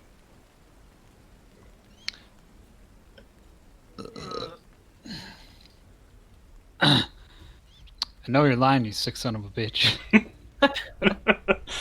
And he looks up at you and says, "What do you mean?" I'm gonna like, what is he like wearing? He has very raggedy clothes that they look like they were you can see they were like lord's clothes, or they were some sort of fancy clothes, or finer travel clothes, but they're pretty much ruined, and they've been ripped up and tattered from living in a jail cell for a while. Okay, I'm gonna try to like lift him up by like his shirt. Oh boy, okay, he's picking me up. I know that you're lying, so if you want to lose your head, you can tell me that you don't know where we're going, or we can make it easier on the both of us and just tell me where we're going. But you're such a good helmsman, I figured you could find out where to go for yourself, and maybe you'd get in trouble, and then they'd want me to take over. Ha ha! And I'm gonna punch him in the face. Oh, what? My nose! Oh. Just once? I mean, I'm gonna give him an option. Fine, So fine. where are we going? I'll keep telling you where to go. And the Highlander just starts laughing hysterically. And he says, "Can I punch him?" As the Highlander's going to wind back his fist. "No more punching! No more punching! My nose hurts!"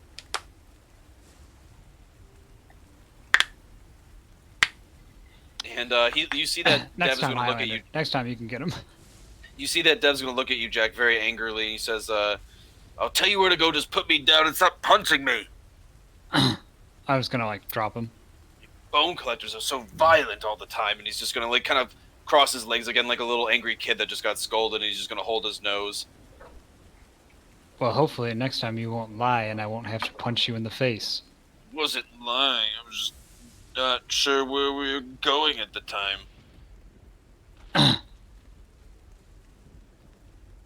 Just remember, Dev, I don't need to breathe underwater. He kind of looks at you, and then he looks back at the Highlander. "Did you hear that, Highlander? He doesn't need to breathe, but I'm sure you do." And the Highlander shrugs. "I can swim, and if not, I will go to Valhalla." "Oh, great, so you're crazy, and you don't care if you die. Wonderful." And the Highlander just laughs. "Ha! Ha! Ha!" And he's just going to smile as he's going to pull out a little flask from a goat horn and just take a swig of it. Some crazy son of a bitch. So yeah, you have quite a good interaction with Dev as you kind of straighten him up a little bit. Rask is helping out with keeping the ship up. Rask, roll me a strength check actually while you're helping out with everything.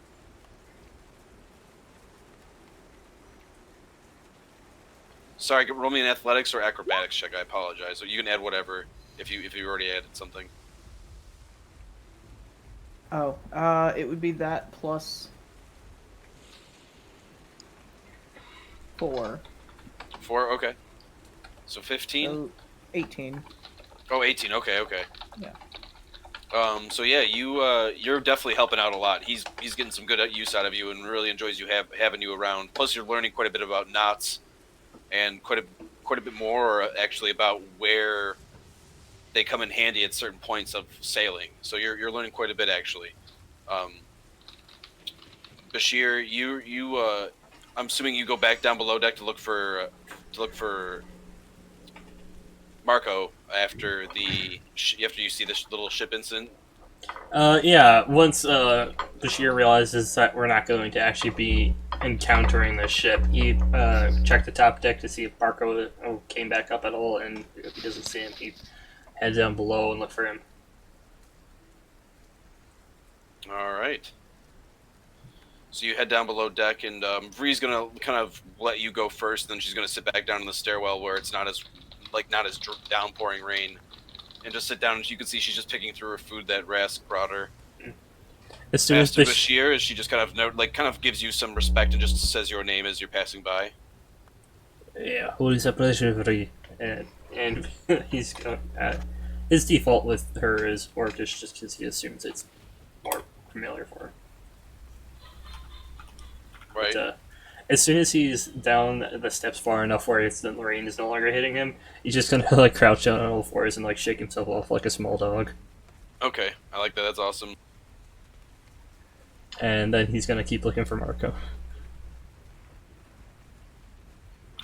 If chat's looking for certain knots, I will have a small section after the game is done. And I will go over those knots and I'll even post the link and everything like that. So, We're gonna have to learn how to actually tie every knot on a ship. I mean, that'd just be in really case. A Just lot in of them are case. based on figure 8 knots, so it's not Yes, so bad. my favorite, the square knot. I left Boy Scouts for a reason. Rip. Damn it, Bank, no. Square knot forever. Bank said So, he'd be here for details, but he got knotting specific. I like that knotting. Okay. Okay. I see nothing. So, but yeah, there will be more specifics on the knots if there are some interest. I will have a little thing at the end, and I'll post a link, and there'll be so much knots, so much knowledge of knots. So with that though, you Bashir, you go down below and you shake off like a little dog, and it's very cute and adorable, and you start to head off to find Marco. Rubik, you're hanging out with the siege equipment. Do you want to do anything else when you're in the bore? Obviously, do you want to do anything else? I see Deb up there, and Yes, you see him get punched by Jack, and the Highlander starts laughing hysterically like a crazy madman. how tall is the mast? Roughly to like the crow's nest. Let me look that up real quick.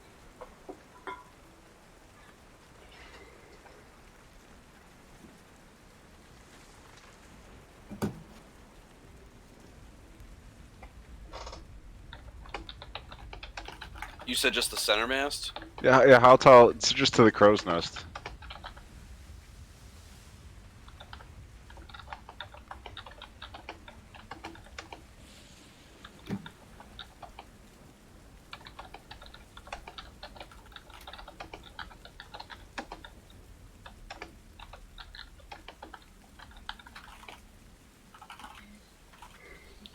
Okay. So this one is 28 feet. Okay. So I'll telepathically communicate with my Raven, and Okay. I'm gonna command it to use to target Dev with his angelic short bow. Oh god. It's sorry. I'm sorry. It's 68 feet. 60. I can do the math. Hold on. I apologize. I'll make sure I can. That wasn't. They were throwing out some different numbers there. 60. I was like, that seems way too small. Yeah, it's 77 feet to the crow's nest from where I am. Okay. So I'll I communicate with him to use it's more of an ability. It's not an actual short bow. Oh, okay. But it's I attack. It's +6 to hit, range 40 to 160. I assume it's probably second range increment. Correct. So I'm gonna. What was it? +6 to hit. That first roll, second roll. Oh, so 10, or yeah, 10 because disadvantage. And you're hitting the crow's nest? Well, yeah, I'm attacking Dev basically. Oh, you're attacking Deb. Okay. Yeah. So your second one was a 10. Yeah, it's a 10 because it's disadvantage. Okay. He is grappled, or he is flat-footed, or not flat-footed. He's in what's it Prone? Not Prone? prone. Yeah, He is on the he's not ground. standing. Well, prone would Yeah, be he is on the ground, disadvantage so- to ranged attacks anyway. Yeah. So I already have disadvantage. Yeah. So You do. Oh no, you actually don't hit him. Wouldn't he technically be restrained? He is restrained too. Yes. He is in Right. cuffs. I mean, I can just kind of do it indefinitely. So if I can just do it again, I assume. Then yeah, I'll just say you hit him because it was close. He doesn't have any armor or anything like that. Yeah, it just He does just have sits up shirt. there. It's a magical effect. It's not an actual arrow. Oh okay. Oh okay. So he takes 2 damage, 1 piercing and 1 radiant. Well, that's terrifying. I don't have to roll with it. He has to make a DC 12 Wisdom saving throw. I don't know what's happening. That's okay. I think I might. It'll be great. Oh no. Okay. Wisdom saving throw? Yeah, DC 12. No, he got a 10. Okay, so he DC 12 Wisdom saving throw or become charmed by the first creature the target sees for 1 minute or until it takes damage. Oh Jesus Christ! Oh no. If its saving throw results in 6 or lower, the charmed target moves toward the charmer by the safest, shortest route. The rest of it doesn't matter because he didn't roll lower than a 6. So he's charmed by the first creature he sees for a minute or until he takes damage. Okay, let me roll to see who he sees. It would have to be Dever or Dev. Right, it would be a God. 50-50. He catches a reflection and sees himself. So, Oh, God. so he's going to. So the first person he sees is Jack. God damn it! He Best friend. He could have looked at the Highlander, either Boars or Rubik, but he chose to look at you. Jack. You're the boars. So he looks up at you and he says, "Jack, you've gotten quite tall these past few minutes, I'd say. The rain accentuates the glow of your metal." I see you have a new brooch. Because I'm standing. I'm not mad you broke my nose, actually. I'm quite honored. Now it'll be a souvenir, and he winks at you. Are you feeling okay? Did I mess up something in your brain? No. I mean, I just feel like I don't appreciate you enough. I'm quite infatuated with you, actually. I want to know more about you. Where did you come from? Is this some kind of trick? I just want to know more about you, Jack. I think you're an amazing person. I'm gonna stand up a little taller. I kind of am amazing, huh? I would say so, and he looks you over. I would say you're quite amazing. In fact, the top tier of the ship. I don't know why you're not captain, but I think you should be. Well, I didn't win the ship. There's always a way to win the ship again, is there not? I mean, is the ship done being won? I never knew that. I didn't know that was a rule. You should be the captain, though, Jack. You're the most amazing of everyone on here. I know I should be an inquisitor, shouldn't I? Rubik, you hear Jack and Dev discussing. You see Dev is just super infatuated with him and is just wants to just do whatever he wants. Just wants to listen to him. Wants to ask him questions. Do you want to go do something, Jack? Do you want to go eat some food? Are you hungry or thirsty? I could give you a bath. I just telepathically communicate to my raven shoot him again. Like, thank you. The raven's just gonna caw, and you see the Kenku just kind of gets freaked out by the raven again because he's not sure why the raven's just sitting on the sill up there. And I commanded also to if it sees a boat that isn't because it's an intelligent creature. Yes, it is. So if it sees a boat that isn't the Kenku misses to come get me, to come flutter, bother me. So it's an obvious thing, not just come down and land on me, just flap in my face or something. just right in your peripheral vision. All right. Yeah, pay attention. All right, so the raven receives your signal and understands your orders, so is waiting for any of those things to happen. So you're just hanging out with the siege equipment. We will go over to Skritch, who's still building his monument to Skirt. Skritch. Yo. Roll me another strength check. See how well you've come along with your building. Oh, I saw that roll around on that natural 20. Yep. Motherfuckers. So you keep building, and you've kind of run out of some of the materials you've needed, but you've made up for what's lacking with stuff around your room now. Perfect. And you finished your monument for the most part. You know you want to add more to it. You want to find some nice armor and some nice decorative clothing, because you know Skirt wears only the best. So you want to make sure you find those things and put them on the monument. You want to give him a nice weapon. You want to give him gold at his feet. So there's things you still need to add to it. You're kind of doing that little square box that like an artist does or like a photographer does, and you keep moving the little square box with your kind of like making the L's with your fingers, and you keep doing that as you're trying to get a different frame of the monument and different angles. Well, I just wanted to make like a shrine, not an actual like monument. Oh, okay. So then I guess the shrine is completed because you don't really need anything else then. Perfect.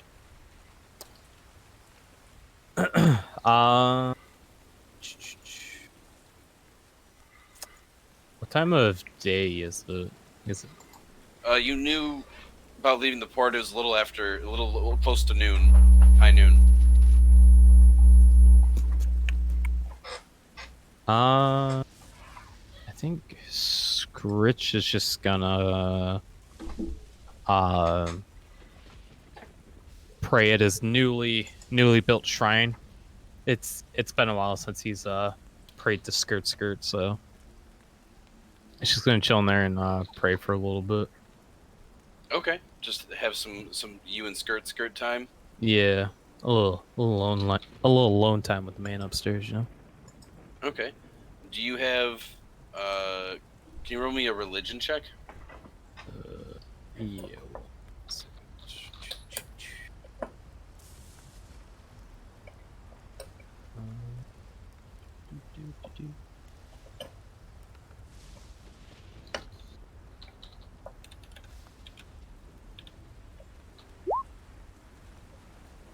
24.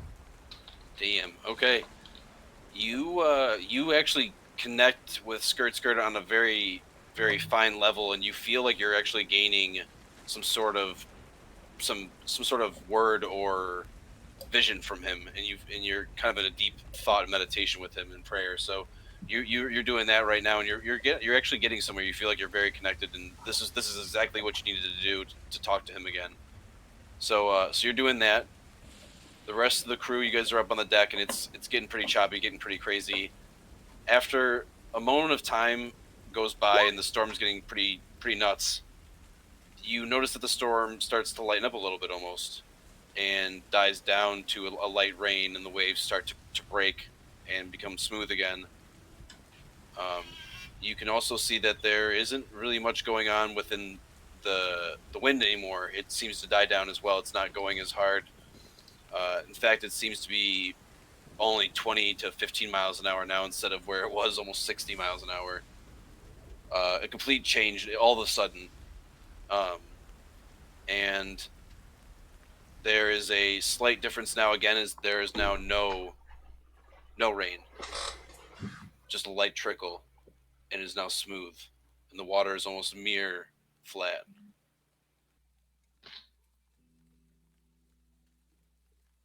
It is still dark though, but the water is mirror flat. There is no more storm. The wind is dead. There's just very little rain. I was just gonna kind of catch his breath and be thankful that we're done rocking, like up and down, and I'm just going to can I cast that enhance ability on myself and begin crafting? Yes. I will ritual cast it actually. So I'll take 10 minutes and do that. Okay. So you take the time. Dev is going to stand up slowly. Jack, and he's gonna kind of tap you on the shoulder. Perhaps we should turn the ship and go another direction. Why is that? There's a fog, a mysterious fog, and the storm should not have stopped. Something wrong is here. We need to get out of here. And he's going to look around him. Something's very wrong here. Highlander, go get Skritch. And the Highlander looks at Dev, and he's going to start pulling him. I can't leave him. He's got to come with me. I will take care of him. But my orders. Your orders are to go get Skritch. Roll a persuasion check. Don't mind if I do. Son of a bitch. Oof. Persuasion, you said? Correctamundo. That one. Let's go. Let's do it. 21. Wow. Okay. Meet and beat. So you persuade him. He seems very hesitant, and you see eventually he lets go of the chains, and he says, Quickly. "There's no time to waste. I'm going, and he's going to run down. I'm gonna You grab the eventually chains. hear him. You hear him start pounding on the door. Captain Skritch, Captain Skritch. And you see as you grab the chains, Dev looks at you and he says, "You're going to hesitate, and something bad is going to happen." And he looks at the fog. Well, we're screwed now. You had your chance. And as Skritch, you were kind of startled and out of your trance now, as you felt very connected and almost close enough to talk to Skirt. You eventually hear the slamming of a fist on your door. Skritch is gonna get up and go to the door. And then start yelling at the Highlander. Skritch was communing with Skritch. What the hell do you want? No, it's Captain Skritch. I was told by First Mate Jack to come get you. Something terribly wrong is going on. The navigator's freaking out, and Jack told me to come get you. That was all of my orders were told. Jack better be dying. The Highlander thinks for a moment, and oh boy. Skritch is gonna walk by and start heading towards them. And the Highlander's trying to outrun you. Jack, I hope you're not dying. Well, I hope you are, because for your sake. And you see Skritch is now in front of him as he steps up to the top of the deck and is facing you and Dev. And Dev looks and he says, "It's already too late. He's going into the fog." And you see that there is now a thick fog rolling in around the ship. He should have just listened to me. You can't have these moments where we have to go fetch the captain all the time. You have to listen to the navigator. Now we're doomed. A fog is always a doom. It's a bad thing. That's just a saying. Especially when we were in the middle of a storm. Doesn't anybody else see this as an eerie sign? Yes, obviously it's what's an wrong eerie with it? sign, but the whole ocean could be eerie depending on where you look. The ocean's beautiful. You take that back. Dev just kind of clears his throat and he protects his nose. Sorry. Don't mean to snap. But we are going to... I don't know. Something bad's just going to happen. We should go some other direction. That's all I'm saying. Any other direction. Even if we have to backtrack for a moment of time. Just get out of this fog. And as you're thinking, everyone who's on the top deck, besides Bashir, who's below deck, and Ivan, who's in a room, Rubik, Rask, Jack, Skritch, all four of you roll me a Constitution saving throw. Sure. Okay. You got it, Dad. Nailed it. Who's ready to fight Jack? Skritch is ready. Skritch is pissed. Everyone but Jack. Yeah, everyone but Jack. All right, Jack, you're the only one who does not make the saving throw. Jack, you feel some sort of change in the way of your thinking. All of a sudden, a wave of anger comes over you, and you are now just angry. Everything you do is angry. You, for some reason, can't not be angry at this point right now. Quick question. Yes. Is this a poison This is not a poison. and or a disease?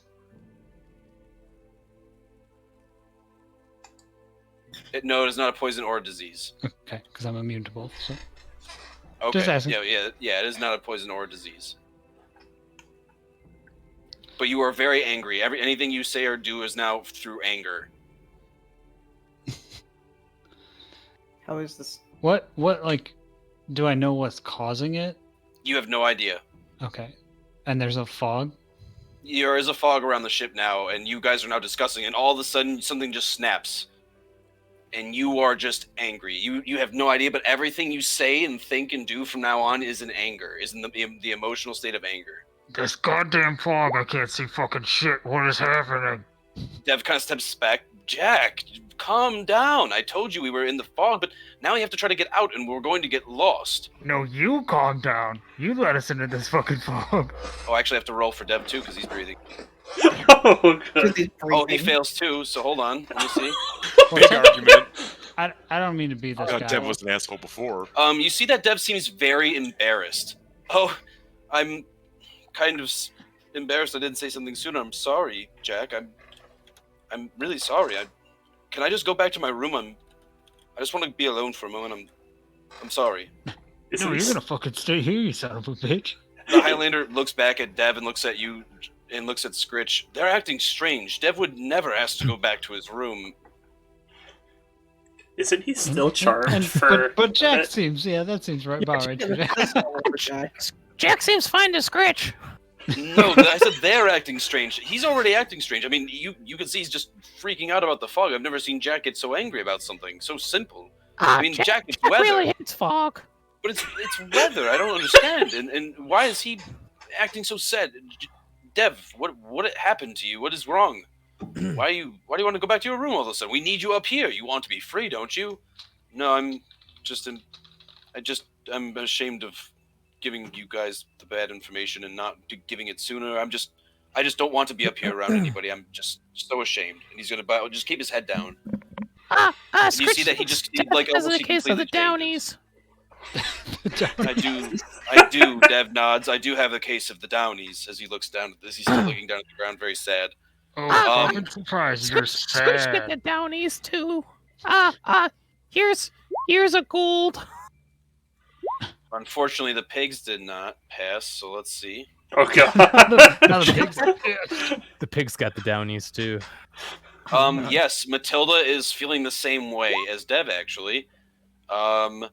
The other boar, actually, the large one that's with Rubik, seems very attentive. It is now rubbing, like, just basically trying to hide underneath Rubik's arms. It's very scared. Attentive. Eventually, you see one of the crew members over here is just screaming, laughing. And you can see he's crying and doesn't know what's going on. You see he's like waving his hands for help as he cannot breathe. Over here, you see this crew member. This crew member is crying and just falls to the ground and is just sobbing. Help me, please! And he just starts crying, like almost like a baby. And you see a lot of the people are now being affected with some sort of weird effect. And it's happening in different ways. Everybody again roll a check besides Jack. Everybody roll again, and now this time including Ivan and Bashir. Now that it is gone through the entire ship. Oh, God. We're all mad here. Con save, you said? We're all mad in this one. Oh, fuck. Oh, that's with a +1, so I got an 18. Okay. Yeah, 20. At least Okay. Ivan's fine. An 8. Can't be sure. Rubik, Rask, and Skritch re-roll me. Just roll a natural 20. Don't add anything. Rolling that 20. Rolling that 20. All right, I Yep. got it. Roll that nat 20. And 18. Okay, Skritch, you are hysterical. Anything you do and say from here on out is hysterical. You think everything is hysterical. I mean, Skritch is always Rubik. hysterical. So. Yes, but now over anything and everything is hysterical. Rubik, you are lonely. You are very lonely. You feel so lonely. Anything you do not want to be lonely anymore. You are trying to not be lonely. That is your life's passion, is trying to not be lonely. You want to be surrounded by people. And Rask, you are jealous. You are jealous of everything and everyone. Nothing can satisfy the jealousy that you have within you, and everything beyond that, it just drives you further into a jealous rage. So everything is jealous. Ivan and Bashir, you are not affected by this yet. You feel a kind of like a mugginess within across the ship as the fog rolls in, but nothing seems to change. You hear a lot of commotion going on throughout the ship, though. People are shouting, laughing, crying. It seems you don't know if there's a party going on or an argument. It seems very odd as things are happening on the ship over a little bit of a 20 to 30 minute time period. But now all of you are affected by this. You see that Dev is just kind of still sad, and he says, I just want to go below deck, and he's going to start walking as he gets dragged by the chains, and he just hits the ground and just lays there on the ground. No, you're fucking staying here, buddy. He kind of just starts sobbing, and Skritch starts laughing, and you see that the Highlander looks super angry as well. He's going to actually take his axe out and just start chopping into the bench next to him. And he just starts destroying the bench next to him. He's just rocking this bench out with his axe. What's going on with Elvin Boy up here? Elwin, you can see that he's actually looking around, and he looks scared. As well, he should be. If it's a charm effect, Elwin would get advantage against it. He would. He is. You see that Elwin is not affected by it. He just seems scared by all this is going on. He doesn't know what's happening or why this is. But he does not seem to be affected by this fog at this point. But the rest of you are still having this effect taking hold of you. Is there anything you guys would like to do? I guess since Jack and Skritch are laughing and getting angry, Rubik, is there anything you'd like to do while you still feel lonely? Yeah, I sit down and I kind of pull the boar into like my crossed legs and just kind of pet it. Just hug him to death. I just it's a long way from the mountains. Don't worry, we'll get back there someday. The hills, the waves are kind of like the hills where my family lives. Just start reminiscing with the boar. It's actually funny because that same boar has lonely as well. He's lonely, and he is super lonely, and he is just finding comfort in you. Love it. It's funny that you both got lonely. So you guys are coddling each other, trying to make sure that you guys aren't alone.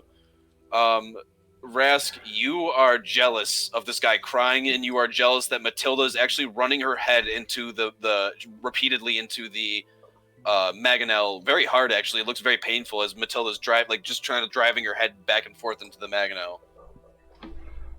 And you are very jealous of both of them.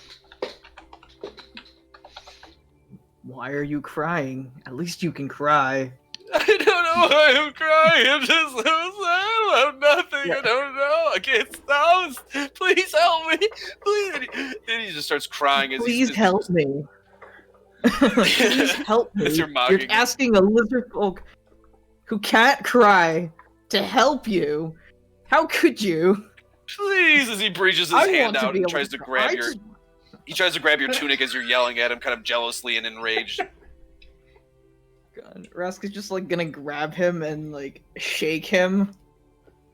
He's gonna actually probably lift him up and shake him.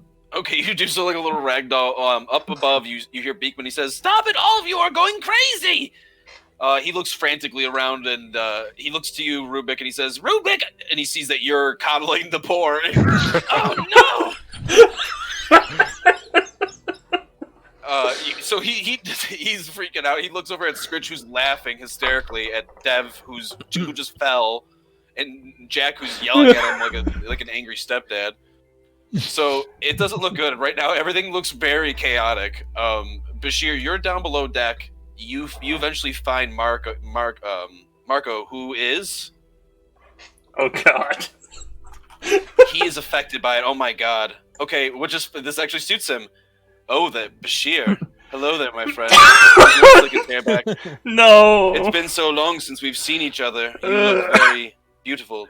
Oh, no. He's going to lean over and put his hand along the side. I was wondering if you were hungry and we can grab something to eat. Just you. And he's gonna take his finger and go back on the blue stripe from the tip of your nose to the back of your forehead. And me. You're just gonna look at him like he's gonna start unbuttoning his shirt a little bit. What do you think of my chest hair? I have a couple here. Bashir does not care for chest hair. It is not his favorite snack. Why are you acting as though you are in hormonal rage? Well, I'm glad you just cut to the chase. We can stop playing coy now. I am very in love with you, and in fact, I wish to marry you, Bashir. Be mine, and I'll be yours forever. We'll rule the seas together. Zaldine and Faerun will be in our gauntlets as we drink from chalices of gold and platinum. You will be my queen, and I your king. The moment he says queen, Bashir just does an about face and starts walking up into the top deck. Wait, come back, I love you! Don't run from me! He Your is emotions! noping the fuck out of this. He's heading straight up to, he believes it's something Dev is doing, so he's heading for Dev. Alright, so you start heading for Dev, and you see he's trying to crawl after you, defeated. And follow you up onto the deck as it's just now sprinkling, and you're walking up onto the deck, and you see everyone's freaking out. You even see Vree. Vree is actually over on the side, and she sees you and actually hides as she like cowers from you, and like she is now hiding underneath a chair. That's how afraid she is, and she's shaking. She actually even seems to have wet herself. Like that's how terrified she is. She just seems that fear is the only emotion that she seems to be grasping hold of. She's afraid of everything. And you come out and she seems horrified by you. You see this other guy actually is laying on the ground from how hard he's been laughing, and you see that he's no longer laughing. He's just laying there. Is he like passed out? Yes, it seems that he's passed out from laughter. Is he still breathing? You walk over, roll me a medicine check. Real quick. Wrong thing. Yeah. 14. 14, you said? Yeah.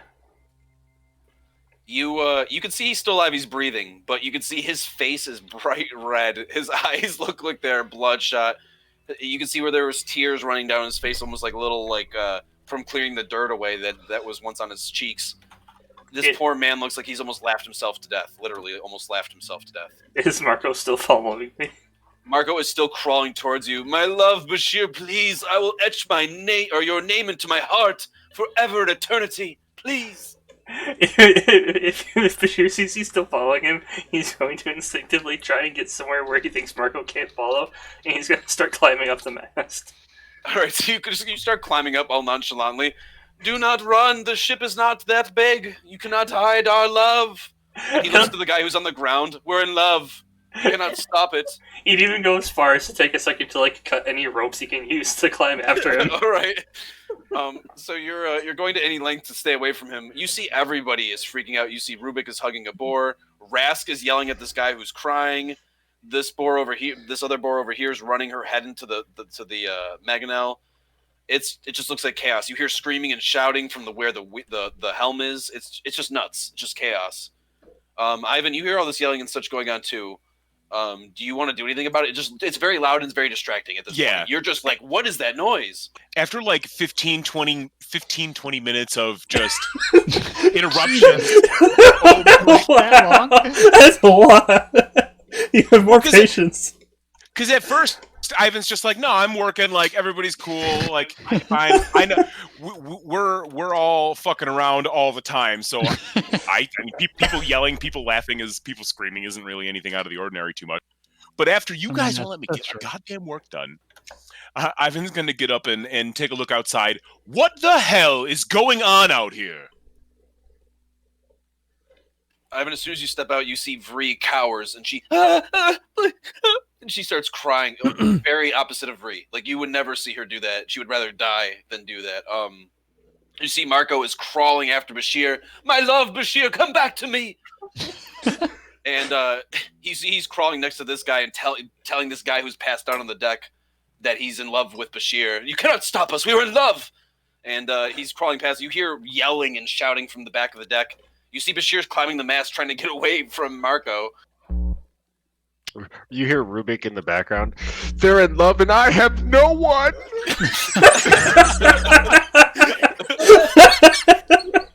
Skritch is just gonna laugh harder. Skritch is laughing at everyone as he's just pointing his finger. What is going The on? hell are you laughing about, Skritch?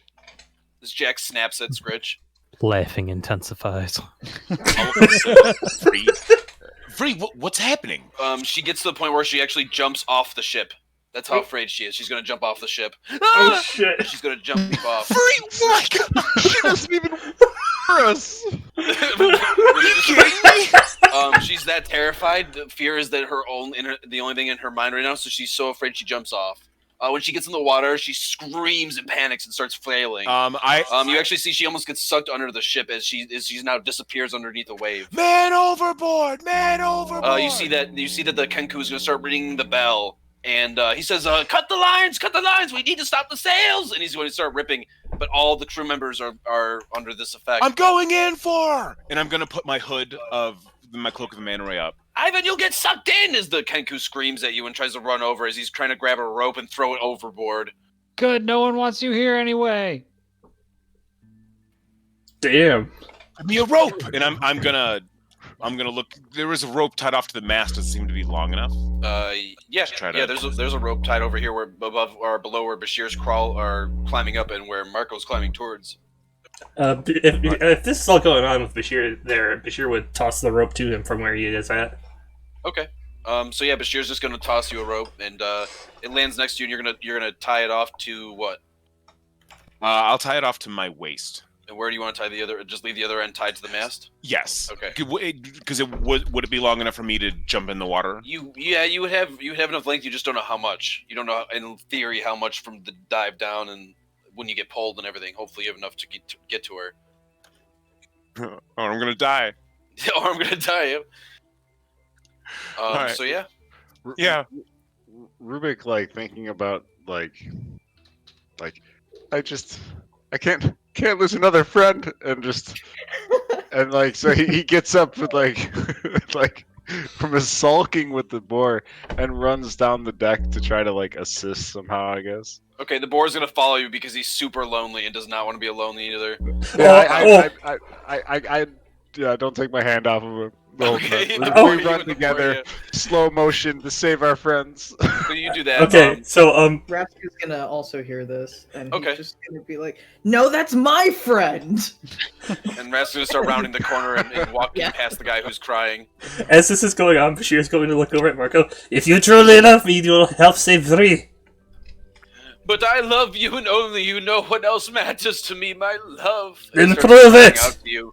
I will sing you a song, Bashir, Bashir, I shall. Ah, Just continue to fool. pull me up. I'll look at Rubik when I say that. Okay, all right. Rubik, sadly, you can see, like, with loneliness in his eyes, is running over to you, like, looking like he wants to hug you, and not help in the least bit. Hug the rope. You can't the leave rope. me too. You Come can't back. leave- You make sure you come back. You don't Promise let me me. leave you. I So, promise. As, I'm as just gonna this is go. all going to happen, I want all of you again to roll me another Constitution saving throw. God. No. Oh god, I hope Bashir doesn't get affected.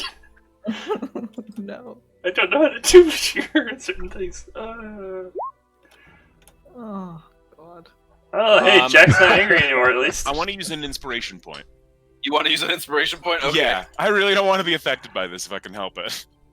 Oh, we all have to roll again? Yeah. Oh, I didn't hear that. Oh, plus something to this roll. So 10 something. Okay, it's better. I got 7. Might not be good enough, but it's better. I got a flat 10. Oof. Skritch, oof. 18. I got a natural 20. Yeah, man. No one makes me angry. So Rask and Skritch are the only ones that are going to change Oh, their no. stat. I want both of you to roll me a flat d20. Everybody else is saved. They have not been taken on any other effects, but everybody who still had a previous effect, Jack, Rubik, you two will still keep your same effects. so Bashir and Ivan are the only ones. They both got a 14. Okay. The two who are now changed, so Skritch and Rask. So you both got 14s. Wow. So you both are very depressed. Depression is the only thing that overwhelms your mind. You are depressed about everything, every factor in your life, the ship, your crew, your own decisions, and that's just depressing within itself. Rask, you stop becoming enraged with jealousy, and you just stop and become depressed. Skritch, you stop laughing and just become sad face. Oh. Just become sad. Skritch hold the downies. Rask, you are super sad now too, and you see the guy behind you has changed, and he is now mischievous. I'm going to cut all the ropes, and everyone's going to suffer for it. And you see he pulls out a knife and starts cutting the ropes. He's starting to cut all the ropes. Does he say that out loud? Yeah, he says he's being mischievous he's like, I'm gonna be mischievous and cause havoc. And I'm gonna shoot this motherfucker with an arrow. Pencil mustache that he twirls. Yes, yes. I Bashir's not holding back. He is shooting him with an arrow. You hear that? You hear this, Bashir, but you see that he's doing it, but it doesn't seem like his normal self. Something seems wrong, but you still want to shoot him with an arrow? Yeah, I don't give a crap. He's going to hurt my friends. He's gonna die. Rask is at this point just like kind of slumped down to his knees, and he's just Rask never should have lived. All right, Bashir, roll me a attack on this shipwright.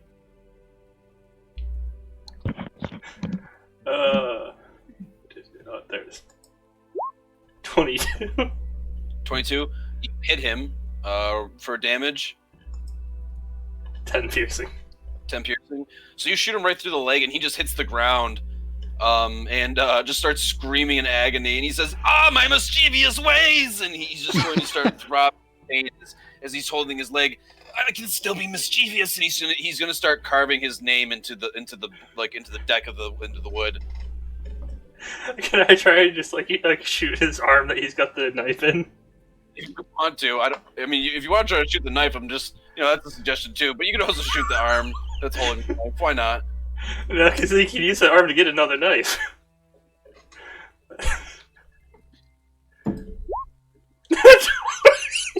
All right, natural 20. You pin his arm so badly that he actually can't move it whatsoever, and he's now screaming in pain and shouting how he wishes to be more mischievous, but he can't.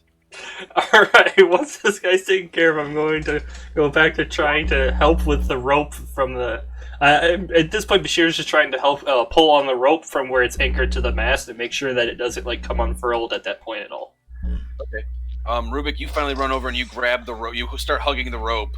Or do you want to hug Ivan? Is that what your intentions were? No, I wanted to save. I can't let either friend. Ivan made me a promise. He won't leave me, but he probably will. All right. So you I'm coming back, man. The boar run over and you grab the rope and you see that Ivan's about to jump in. Jack, you are still super angry. You are just enraged. Is there anything you want to do while you're steering the ship? Do you want to help steer the ship? Do you want to do anything while you hear man overboard, or are you just angry about it? Even with a nat 20, I'm still angry. Oh no, that's right. You did get a nat 20. You are actually cured, so you no longer have an effect on you. My apologies, sir. Yay! You no longer affected by this status effect.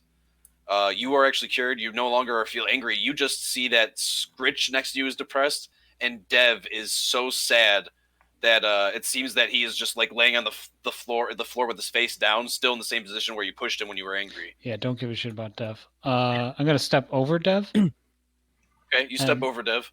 I'm gonna pick up Skritch. Right, you pick him up, and he just looks like the saddest little action figure, if there ever could be one. I'm gonna hold him like a little baby. Okay, you hold him like a little baby. It's okay. It's okay, Skritch. It's gonna be okay. Skritch is just really sad, and Skritch just needs to be helped. I'm gonna try to use lay on hands on him and see if it does anything. Okay. So I'll just use lay on hands. Try to cure him of this downies that he has. Skritch's wounds are internal.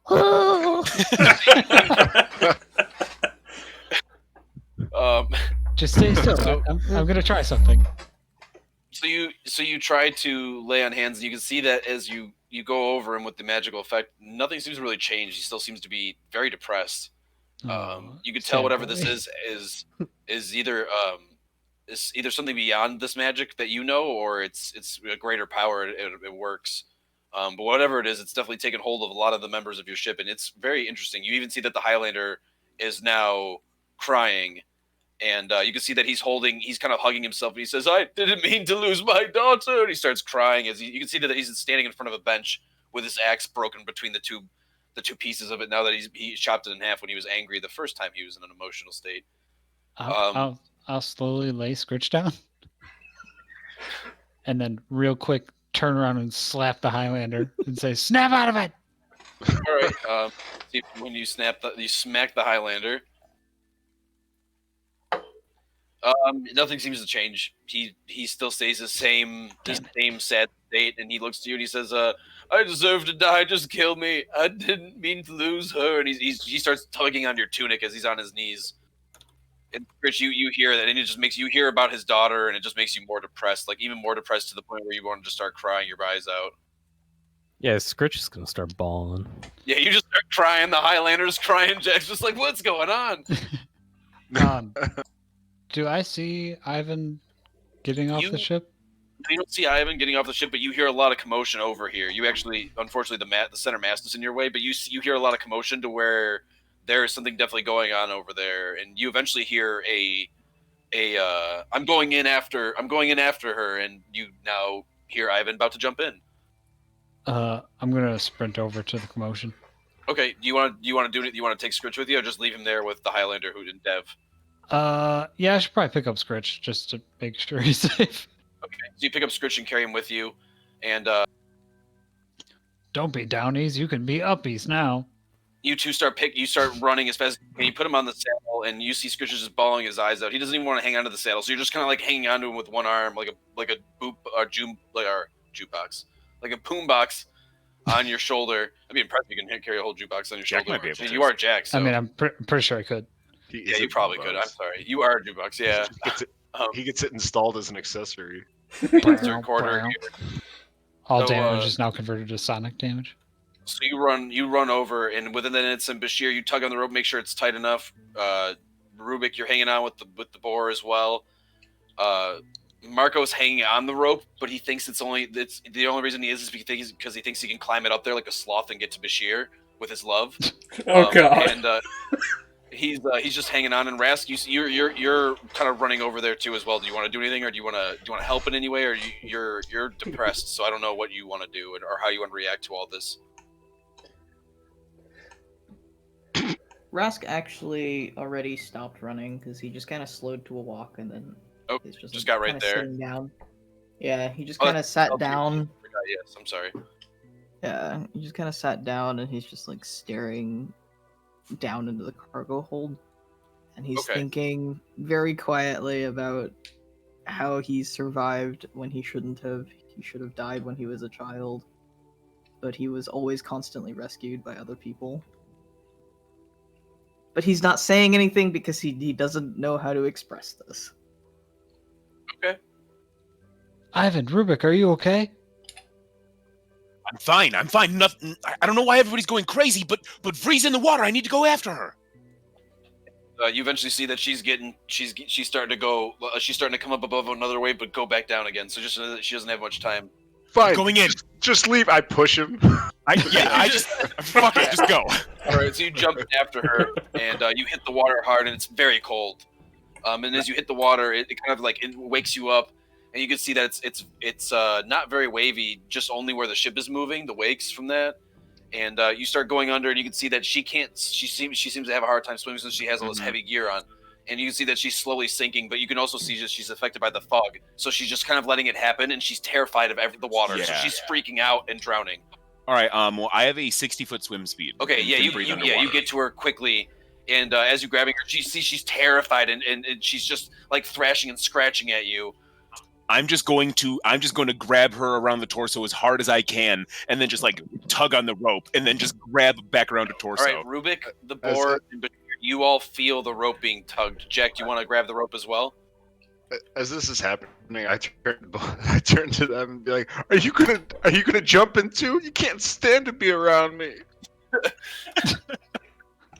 I'm just gonna grab the rope. Yeah, Bashir's just gonna grab the rope and start pulling with all his little might. You've never seen Jack crying and so sad about you guys leaving him. You've never seen Rubik like this before, and it's just it's almost stopping you from helping pull. You're like, that's another place and time. So you all grab the rope. Everybody roll me a strength check real quick to see if you can pull out Vree and Ivan. Oh god, check. Yeah, all the strength Bashir's tiny body has.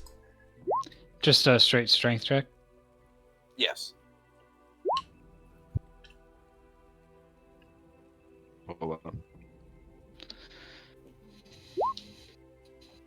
No, Jack. Actually, you're not affected by the. You don't have a status effect, so roll with advantage as well. Oh, wait, did I get that too then? Oh, you're not. You have no effect, so you roll with advantage. Alright, that's an 11 and that's an 18. 17 was the highest. Okay. Wow, Rubik, you got a dirty 20. So, you all pull the rope up as hard as you can, and before you know it, you see Ivan kind of dangling there with Vree in his arms, and she is just freaking out, scratching and screaming, "Help! Help me! Help!" And she's going nuts. And poor Ivan is just hanging on to her as she's just thrashing and kneeing him and kicking and biting and Quick, just scratching. pause the fuck up! Oh my god, Free, stop it! Eventually, she starts pulling on his hair, and she's sticking her fingers in his eyes, like trying to just climb up him and get off. Free! As that's happening, I'll passively use my spirit shield and be like, even though you want to leave me, I still protect my friends, and so protect him from like the damage from her attacking him. Okay. So you cast a spell as you're yelling at him dangling over a rope on the side of the boat that he's going to leave you. And as it's going on, all of you again roll me a Constitution saving throw. God. Oh, God. I can only save so many of these. I know, I right? have really low constitution. I'm surprised I've been doing so well. Nat 20. Another nat 20! Wow, I'm impressed. Where's your poor Rask? Fine. It's fine. Jack, I'm. Okay, wow, yeah, Jack didn't make it this time, and God, how many nat 20s is that for me this time? So Rask and Jack both roll me a straight 20. Oh, okay. Wait, with a 14 I didn't pass? No. Probably gets harder as we go on. No. Oh, I got a 4. We both I got a 4. also got 4. Wow, getting a lot of same numbers. It is really creepy. Twinsies. Oh god. Yeah, this is a lot of twinsies tonight. You are both extremely angry. Anger is the only thing that's in mind. You want to destroy. You want to yell. You want to scream. You want to break down anything that gets in your way. Am I on the boat yet? Yeah, you are now being pulled up, except that Rubik is and Bashir are the only ones, and you see Jack let go of the rope and like throw it down, and you see you can see it looks like someone just insulted his entire livelihood. Stupid rope. Wait, I have a question for DM. Yes. How does this affect? I forgot to check, but how does this actually affect Rask with the like? They get adjacent emotions, not so much like normal emotions. It would enrage those even further. So if you had any problems with things before in the past with anger or any other like types of those cross-thread emotions, this would now be fueled. So if like oh, I don't like dwarves, you'd be out loud saying I don't like dwarves, I hate dwarves, like, and you'd be angry about it for out of no reason, out of the blue. Anything that just pisses you off, you're going to start saying about it or doing something about it. You might just start punching somebody. Okay, well, Rask sees Jack across the hold throw the rope down, and Rask has a problem with people shirking duties. All right, so you're gonna go over there and start yelling at him. He's gonna go over, pick up the rope, and like yell at him as he's pulling on the rope. You're doing that. Ivan's still attached, and now you're pulling Ivan as he's trying to untie you. You're pulling him closer. You drop Bree's so scared she runs down below deck screaming. And is Rubik? I'm sure you want to try to hug her because you're lonely. You're back. You're back. I grapple her. All right, you try to grapple her. Oh no! Sure. So she has to contest it. Yes. I'm not raging, so I'm just whatever. You're just whatever with a +8. You get a +3, so that's a 13, and you got a 16. You grapple her, so you tackle her to the ground, and she's screaming like a psychopath, like it's almost if she was on fire and you were the fire, and you're just saying, "I don't want you to go, my friend." Pretty much. So it'll be fine here. You don't have to leave me. So Bashir has noticed, probably would have noticed by this point, that Beekman's the only one that's not freaking the fuck out for whatever reason. So he's gonna now that he knows that Vree and Ivan are safe, he's gonna start climbing to the top of the mast to try and figure out what the fuck's going on. You don't want to be one of us? So you're climbing up the mast, and when you do, you see that Beekman is up there, and you can see that he's just quiet, sitting in the corner. Bashir's just going to stare at him for like a quick second. Did you also affected by whatever is going on with the rest of the crew.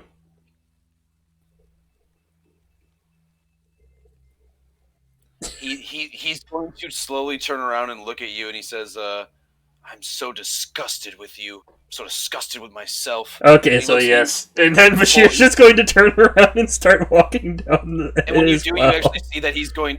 As he says that, you see that he's been pulling feathers out of the side of his face with how disgusted he is. So he's starting to go crazy and pull his own feathers out because he's disgusted with himself. If I see that he's self-harming, I will attempt to knock him out. All right, yeah, you can see self-harming. Well, it's not self-harming, as it is just deep feathers. It doesn't hurt. It's the same as pulling your own hair out for them. Yeah. So I consider that self-harming. So Bashir would go up and just try and like haymaker him. All right, roll me a grapple check to see if you pin him to the ground and knock him out. Athletics, right? Yeah, it's athletics to initiate, and then the defender gets to choose. Gotcha. Acrobatics or athletics after that, yeah. 15. Okay. He got a 12. No, he actually has nothing to his score, so 11. Oh no, Dex, so 13. So no, he doesn't still make it, but he tries. You struggle and knock him out. You kind of put him in a hold and knock him unconscious. Very, very doesn't hurt him. And as you do, you see there's like a pile of feathers where he was standing. So you're kind of glad you did, or else you'd have a very bald bird. Bashir's just going to like nonchalantly whistle as he puts the feathers into his bag, not wanting to waste the crafting supplies. Right? You're like, these will make good arrows. Yeah. So yeah, you take the feathers and you start. Do you want to head down and you want to hang out there and just kind of try to figure out a way to help? Well, Bashir thought like maybe I can get above this thing because he thought that he thought the beacon wasn't affected because he wasn't hearing anything, so he thought maybe he could get above it. But now he does not want to be up here and possibly get affected by whatever it is at the top of the mast, so he's heading back down. Also, Rask is now like, he's like pushing his finger into Jack's chest and lecturing him about, you do not stop doing what you are told. You do not stop in the middle of anything. That is not okay. And no one like, told me to pick up the rope. I did it myself. Jake does the same thing to you as you're poking each other. Is the rope untied from my waist yet? No. I'm gonna yank the fuck out of that rope. Yeah, you like a bad yo-yo, and you're kind of like dangling, and I want to take a dagger and cut it. All right, so you're trying to pull a dagger out. Roll me a sleight of hand to be able to pull the dagger out and not drop it as you're being yanked around by two of the largest people in your group. That's fine. You pull the dagger out and it goes down. Oh yeah. Pull the dagger out, but it falls into the cargo. My dagger! And What are you doing, Ivan? Skritch, you're still super sad, but you see that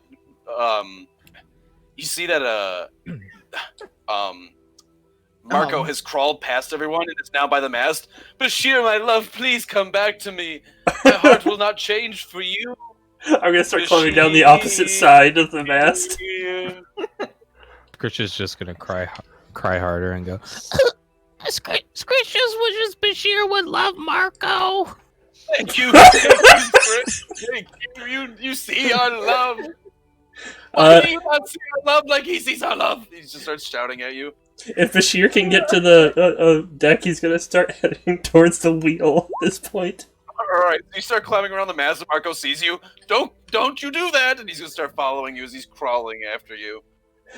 If he's just crawling, then I will start back on love. If he's just crawling this whole time. Turning back on love.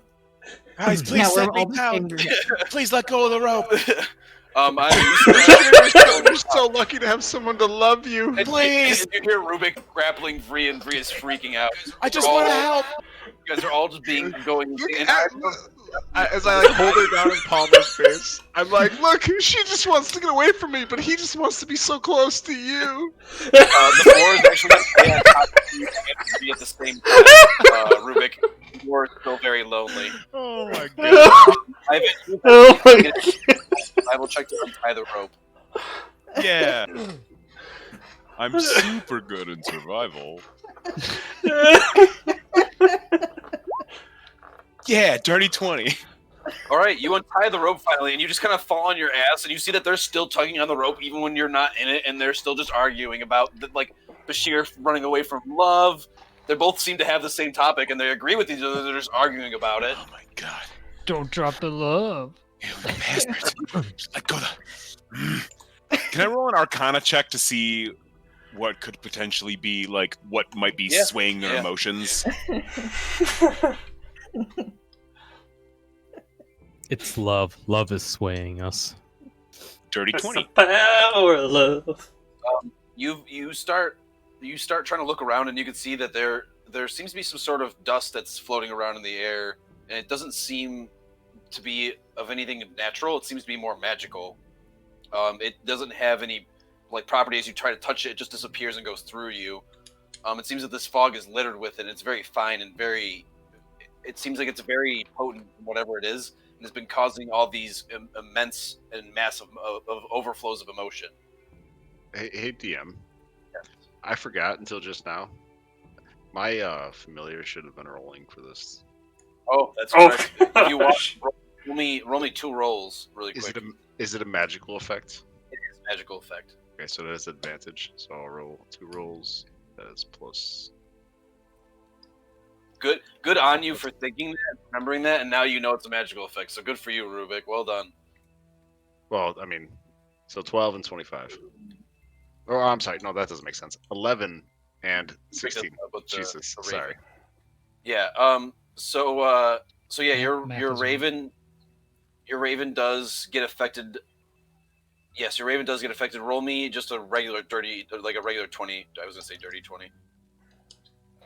Roll me telling us to roll these numbers. I know, right? Yeah. No, I've been having a habit of doing that for some reason. Roll me a natural 20. 4. So 4. Roll me a natural 20 or death. I believe that's anger. Yep, that's anger. Your raven is super angry at the knocked out Kenko and is just pecking him in the head. Fuck that giant bird in particular. Wait, think you're better than me? Because you walk on 2 legs? Just a bigger version of me. You got thumbs? I'll show you thumbs. Motherfucker got a working arm. Fuck you. Your raven is all of a sudden from Boston? Get the fuck out of here. Your raven is definitely having some anger issues and taking it out on poor Beekman up there. You got one arm? Get the fuck out of here. Freaking out. And he has a Brooklyn accent, which is always nice. So with that, you guys are all still freaking out. Everyone's going nuts. Ivan, you can tell that whatever this is has some sort of magical effect. But off in the distance, you actually hear laughing. It sounds as though it's from a female's voice. What direction? All around you. God. Was that Ashley or Caleb? Just everybody. Caleb, but I'm very flattered. Thank you. Give yourself a perception point. Give yourself a perception point. It's a perception point. It's actually perspective points. They're new. If you can add them up and you can get advantage. On 14 for perception. I wish I would have had one last session. Jesus. Yeah. Right. You begin to look around and you can tell that it's coming from somewhere, but you're not sure where, and you can just hear laughing here and there now that you're looking around for it. And that you and Bashir seem to be. You think that you're the only one who's not going crazy. You don't. You kind of lost Bashir now that he's going around to the helm. But you think everybody else has been affected by this, and you're the only one left, which is why this laughter starts to appear. What is? Can anybody dispel magic here? It's some sort of magical effect. Can anybody dispel magic? Who the fuck do you think we are, Ivan? I don't. Well, we also have a lot of other people on the ship here. Right. No, that's actually Rast talking to you. Right. Oh, okay. No. Skritch is too sad to get rid of magic. Bashir is busy trying to get the ship out of this. Sorry. Don't run from my love. Get away from him! Our only friend that could do it left us, just like all of the rest. I miss Oren. Too bad Oren doesn't miss you. Damn. It's true. God. After a moment of time, all of you roll me another Constitution saving throw. As you guys are going. I don't have concentration. You do. Well, I'm affected. Oh, I'm Nat affected 20. now too. That's a 9, but Oh man. Skritch got rid of the downies. I have replaced my anger with something else, probably. Okay, Same.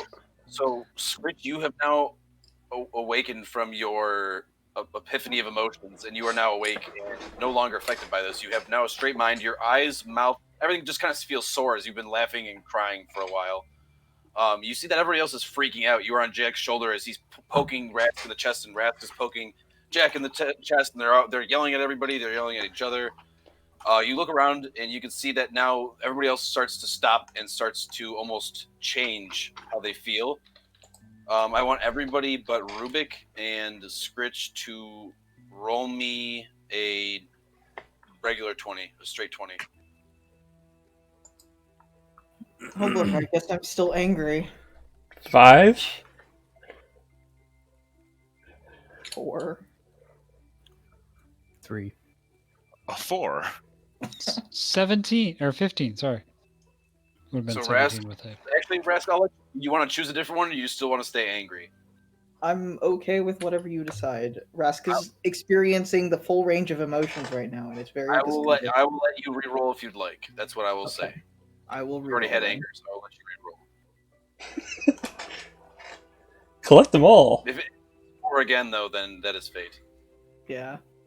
I cried. Because for Ivan gold. doesn't want to be angry by himself. Wow, I'm angry, guys. That's making me angry. So what happens? Rask and Ivan, you both become ridiculously angry. Rask was already at a level of angry, is now at a whole nother level of angry with the natural 20 coming into effect in a sense of things. God. Double 4s. So you both are angry. Bashir, you are hysterical. You think everything is funny. You think the love that Marco feels for you is funny. You think all of this whole situation is just funny to you. You don't even care you don't want to do anything but laugh at it. Let's see. Jack. At him. Wow. Jack, you're overwhelmed. You feel as though you can't handle any of the situation. You just want to go into a safe space. You're completely overwhelmed by every word and situation that is brought to you at this point. And Ivan, you are obviously angry. Rubik, you do not change your current emotion of loneliness. You are still lonely. But yeah, you still have Vree grappled with the boar, who's grappling both of you. And yeah, nothing else has really changed. Jack, Skritch, you are the only one who's now free of the content of emotion. It seems that everybody else has been affected by it, but you now. Nice. I will also point out Dispel that magic? Like I could dispel magic at a moment like this. Why can't you do that? It's such a stupid idea why you can't do that. Yeah, why don't you just you throw do a bomb that? and make it okay? I can't do it. That's why I'm asking other people if they can do it. Friends are here to help each other. No wonder we're all alone. You're so angry all the time. I'm not angry all the time. Don't ask people to do things that you can't do, Ivan. I'm going below deck. I just can't handle this anymore. See, he's leaving. You're not helping, Rask. Jack, you begin to run off with Skritch on your shoulders. You want to take him off, or you just start running? You don't care. I don't care.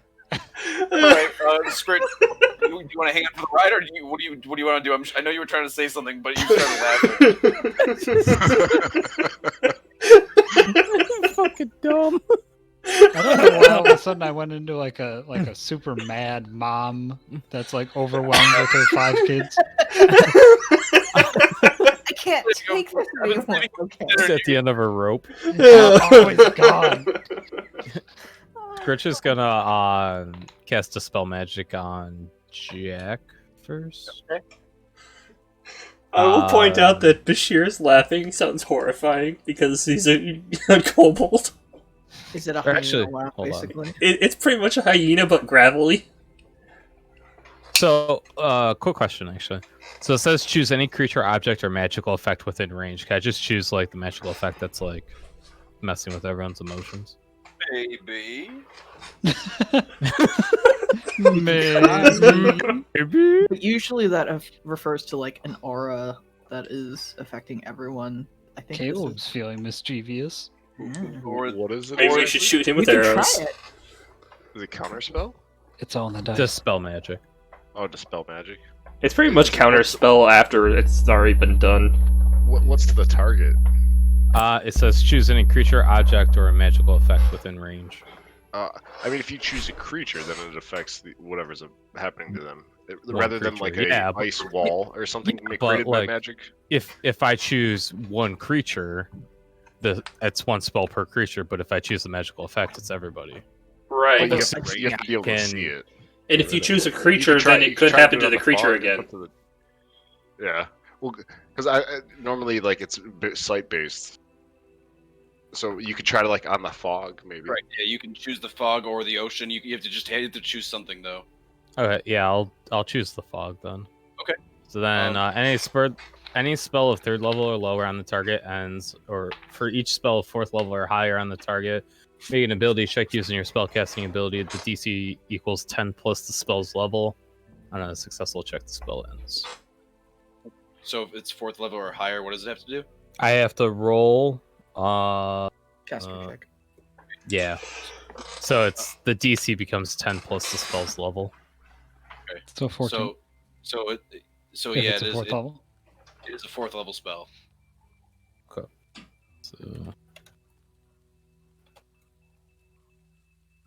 It is 4th level or higher, and I guess we don't. Do you get to know? I mean, you kind of have to know for the DC. well, I mean, like, but fuck like me. you would roll, and then the DM would just be able to say no, you didn't. Yeah. Or you could keep it hidden if you want. I can't tell you what the spell is because you're trying to spell it. You would have to learn, like, take time to understand what it is or figure it out. Or if you knew what it was, it doesn't work that way in the sense of like, oh, I'm going to dispel it, but at least he knows that there's something there. You do try though, and you see that whatever it is doesn't seem to work. You were close, but not close enough. Whatever this is it's quite strong magic. Who's ever casting this has definitely got a good grasp on you guys. But luckily, you can still have another go at it if hopefully you don't get consumed by this emotion again. Why couldn't you get it? That was so easy. He's trying his best. You trying, Ivan? All right, here, fine. And I'm going to cast Gust of Wind, and I'm just going to because I can change direction as a bonus action. So I'm just going to basically like spin in a circle, and basically just like try to like shoot the particles away. Okay. Let it go. Is Ivan also spinning to get this direction? Yeah. Oh, what are you doing? Are you spinning? What is this weird, stupid spinning that you're doing, Ivan? Shut up, Brad. It's gonna work. So, it's a 60-foot long line, 10-foot wide blast. Okay. That it's up for a minute or concentration, and as a bonus action, I can change its direction. Okay. Wow. That's cool. I actually really like that. So you want to just do it to yourself and spin around? Yeah, I'll kind of I'll have it come out from my hands, kind of, and I'll kind of just spin around and. So you do so, and the fog dissipates for slight moments, but does not seem to go away very quickly, or doesn't really disappear at all. You move it around, and you actually you kind of more or less blow wind at everybody, and you guys all feel your emotions heightened because of this, because of the blast of wind, and it's all of a sudden. So it just sets everybody off again in a chain reaction of emotion. Okay, Rask is gonna walk forward and like grab Ivan to stop him from spinning. You see Raz just kind of jerk you away from your spinning motion and is now just Whoa! holding What the you. hell? What are you doing? That should have worked. It No didn't reason why it work. shouldn't have worked. It didn't work. Well, I too can bad. see that. I can see that. Try something different. God. Why are you two It's not always as easy as it fighting? looks. Why don't you spin your freaking glaive around? Maybe that'll create enough wind and blow it away. Oh, okay. Rask is gonna shove Ivan. Roll me a strength check and athletics or strength for yourself, or athletics or acrobatics for yourself, Ivan. Yeah, push him away, just like I always push everybody away. Wait, so I roll a strength or do I roll athletics? You roll athletics. I'm sorry. You only got to beat a 10, so Well, shit. I barely beat a 10.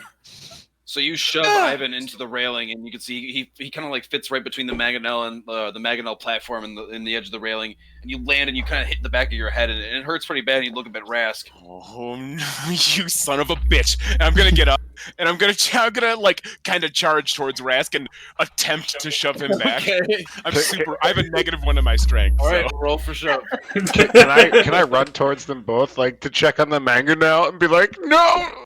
Just like if they're in my way, I want to shove them. I got a 5.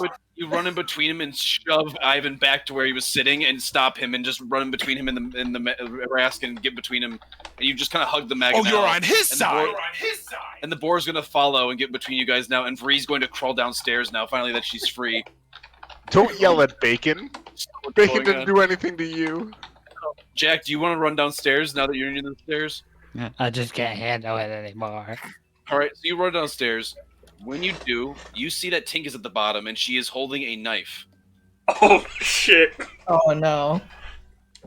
Hey, Oh, Jack, no. let's play a Welcome. game. I always wanted to see if you come apart easy. And she's going to turn around and smile at you. So the feeling I'm feeling is overwhelmed, right? You were overwhelmed at every search. Oh no! Like, Oh, so great. like, So it's now you want to kill me.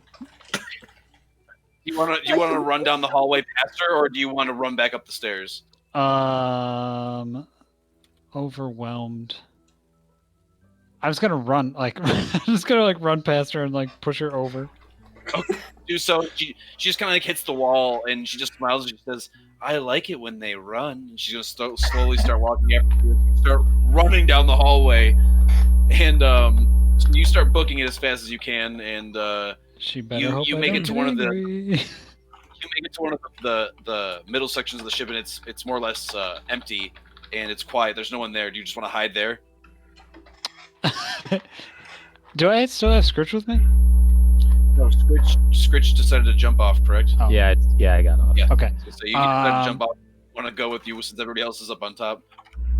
Yeah, I suppose I'll just hide down there.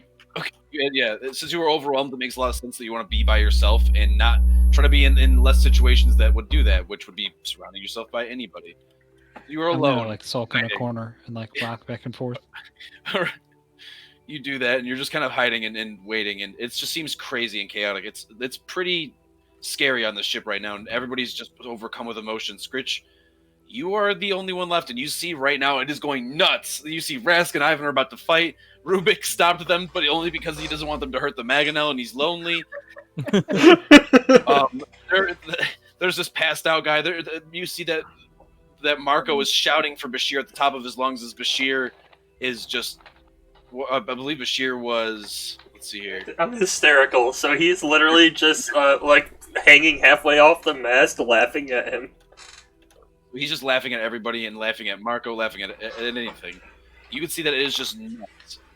Roll me a perception check.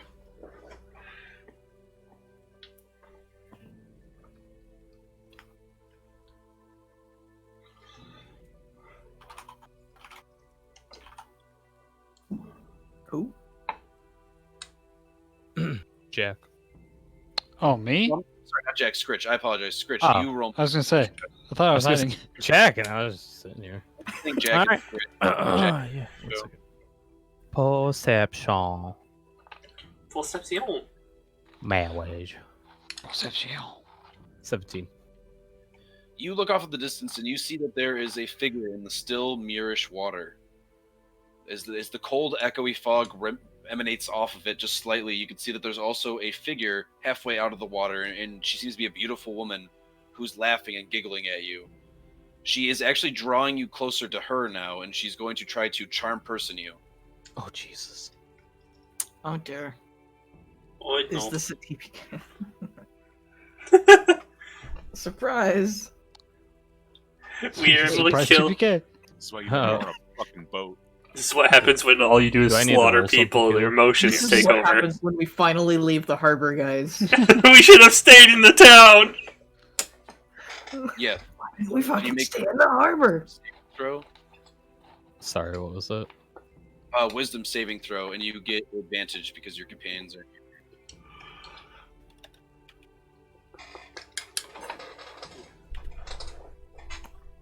25. Nice. Okay, so you are not charmed, and you can see that she kind of gets mad, and she says, "You will obey me. You will all obey me." And her eyes go from a pleasant bluish, like kind of cooler color to a red orange, and you see her voice change into a demonically, still like a woman's voice, but very demonic. "You will obey me," as she shouts, and she's going to reach her hand towards you, and she's going to start floating out of the water towards you. What would you like to do? Captain Skritch is a captain and he obeys no one. How far away is she? We'll put her on the map for you. One moment.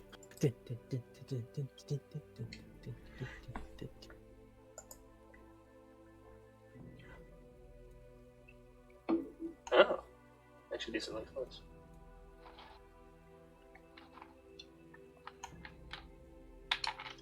Even if I'm hysterical, would Bashir be able to see this thing? It's this close? No, you're actually on the other side of the mast at this point. Oh, right. Okay.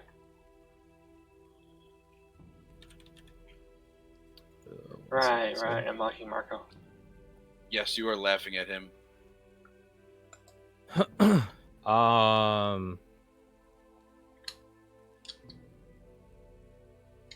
Skritch is gonna cast harm. Okay. So she makes a con saving throw. How do you like it? Flat 14. She fails. Okay. Let's see. Is it time for a buttload of damage time? Maybe. Time to watch her brain explode. God.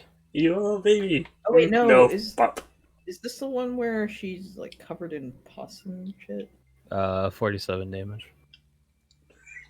47? Okay. You see that as she is stricken with this damage, she screams and dissipates into a liquidy form and falls into the water. Captain Skritch says you can't come on his ship.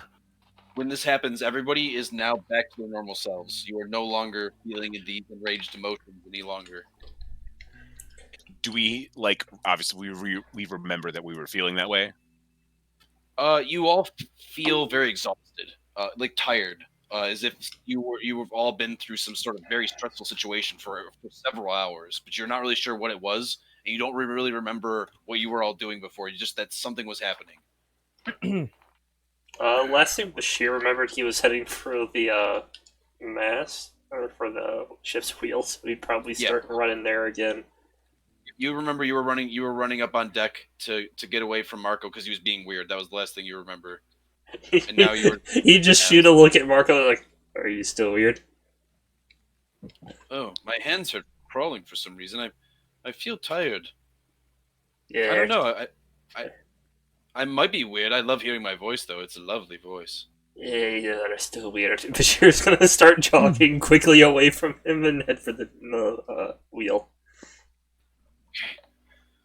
You do so. You see a lot of the crew members are starting to stand up now. Rubik, you come to your senses as well as you, Rask, Ivan. You both Rask and Ivan are no longer angry at each other and wish to kill one another. Rubik continues to do just what he was doing and like comes out of it like midway through, pauses, and then continues to like polish the mangonel. Yeah, he's just like, I don't know what I've been doing, but this seems fine. Under its breath, you hear, "You'll never leave me." I won't let you.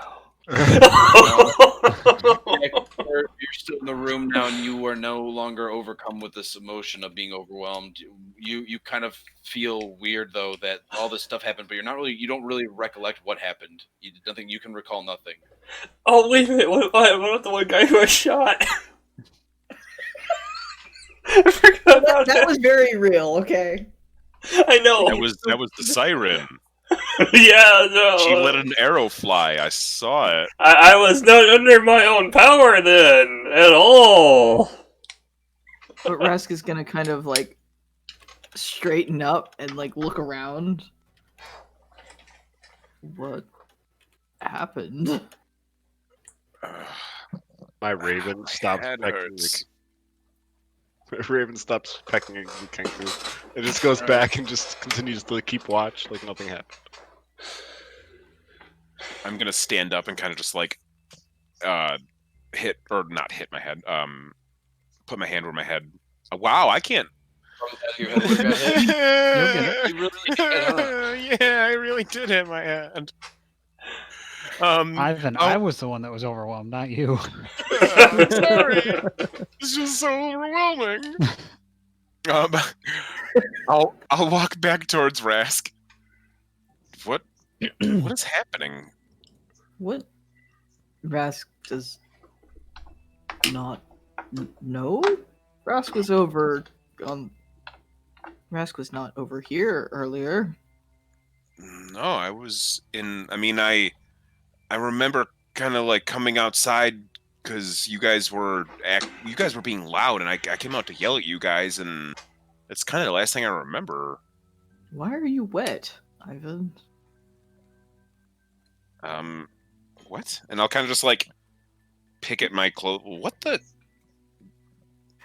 I mean, you were aware that you dove into the water for free. Yeah. How far back do I not remember then? You as soon as you got back onto the ship, and you remember them arguing, and then you remember Black pretty much passing out at that point. Okay. Vree went in the water for she was so terrified. She was Is trying she- to leave me. Still in the water? No, I went in and I mean, you guys brought us back up, but I don't know what happened after that. Skritch, you see that everybody's going back to normal and discussing things in front of you, and you can see even this guy starts to stand up and gain consciousness again. Oh, my head. Skritch saw a lady in the water, and Skritch killed her, and then everyone back to normal. You killed a drowning lady?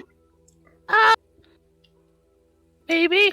She didn't seem like she was drowning.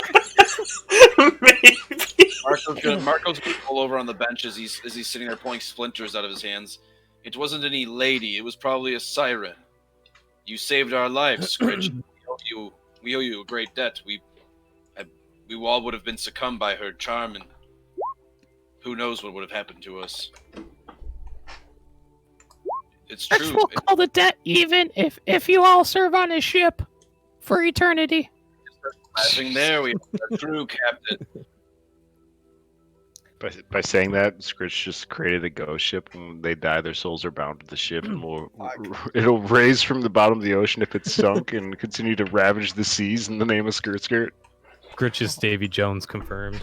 Yeah. Swore an oath on her. So Skritch, after kind of telling everybody what you did, you see now that there's more or less a installation of what happened with everything, a way of like pretty much you figured out what was causing the problem, and everyone kind of has closure now in the situation. Unfortunately, the only person who got hurt was the guy who got shot twice. He is down in the infirmary being treated by the doctor. But he seems okay.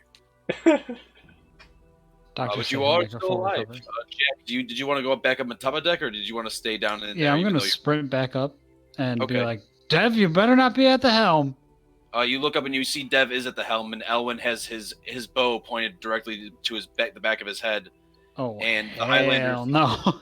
The Highlander seems kind of ashamed. He seems kind of sad, and he looks at you and he says, "You were supposed to hold the chains. I gave you the chains, Jack. He almost got away." And Elwyn just says something in Elvish. "I don't understand what you're saying." The Highlander gets mad at him. What does Owen say? Because I understand Elvish. He says Dev almost killed the Highlander, or almost pushed him overboard and was trying to hide. And Dev just kind of shrugs. "I was doing no such thing. The water was moving. It was going crazy. Everything was going chaotic." Elwyn just shakes his head. The water is not going crazy. It is mirror still, as the water is now starting to pick back up and get wavy again. I'm going to go up to Dev and grab him by the shirt and cock my arm back. He flinches. "Please don't hit me. Please don't hit me. I won't be able to help you any further for today if you hit me." I'm going to kick his legs out. All right. You kick his legs out. Now he's just kind of like you just kind of have him like ragdolled in your hands. Um, Oh, and he's just kind of hanging there. Let go of me, you jerk! cut a leg off. I'll just like punch him in like the side thigh, like the dead leg area. Oh God. Okay. Just like real fucking hard. So you punch him right in the thigh, and he just falls to the ground. Ah! Ah! You don't need your legs to navigate. Ah! Ah! You bastard! Elwin's gonna pick him up, and he's going to just like set him aside and put him in the corner, like between you and the helm, and he's gonna let you take over. In Elvish, I'm gonna ask Elwin if do you have any more chains to better secure him? Elwin kind of shrugs and says in Elvish, chains don't seem to be a problem for him. He can get out of them. He even got out of the manacles that he's in right now. And Dev is just going to smile. They slipped off. I didn't get out of them. Oops, oopsie doodle. It's true. They just slipped off. The fog is so mysterious. Look at what happened. Oh my goodness. I'm glad we're all okay. They flip-flop emotions. They make manacles slip off my hands. Oh. Hey, DM, can It's Rubik been hear a this? doozy of a day. Yeah, you all hear Dev trying to lawyer himself out of this. It's very quiet. The storm is starting to pick back up, and it's raining now again, and the waves are getting choppy, but you guys can still hear everything. Can Bashir hear this? Yes. So I told Bashir what would happen next time Dev slipped his manacles. Oh, yeah, I think I remember. Bashir was heading up there anyway.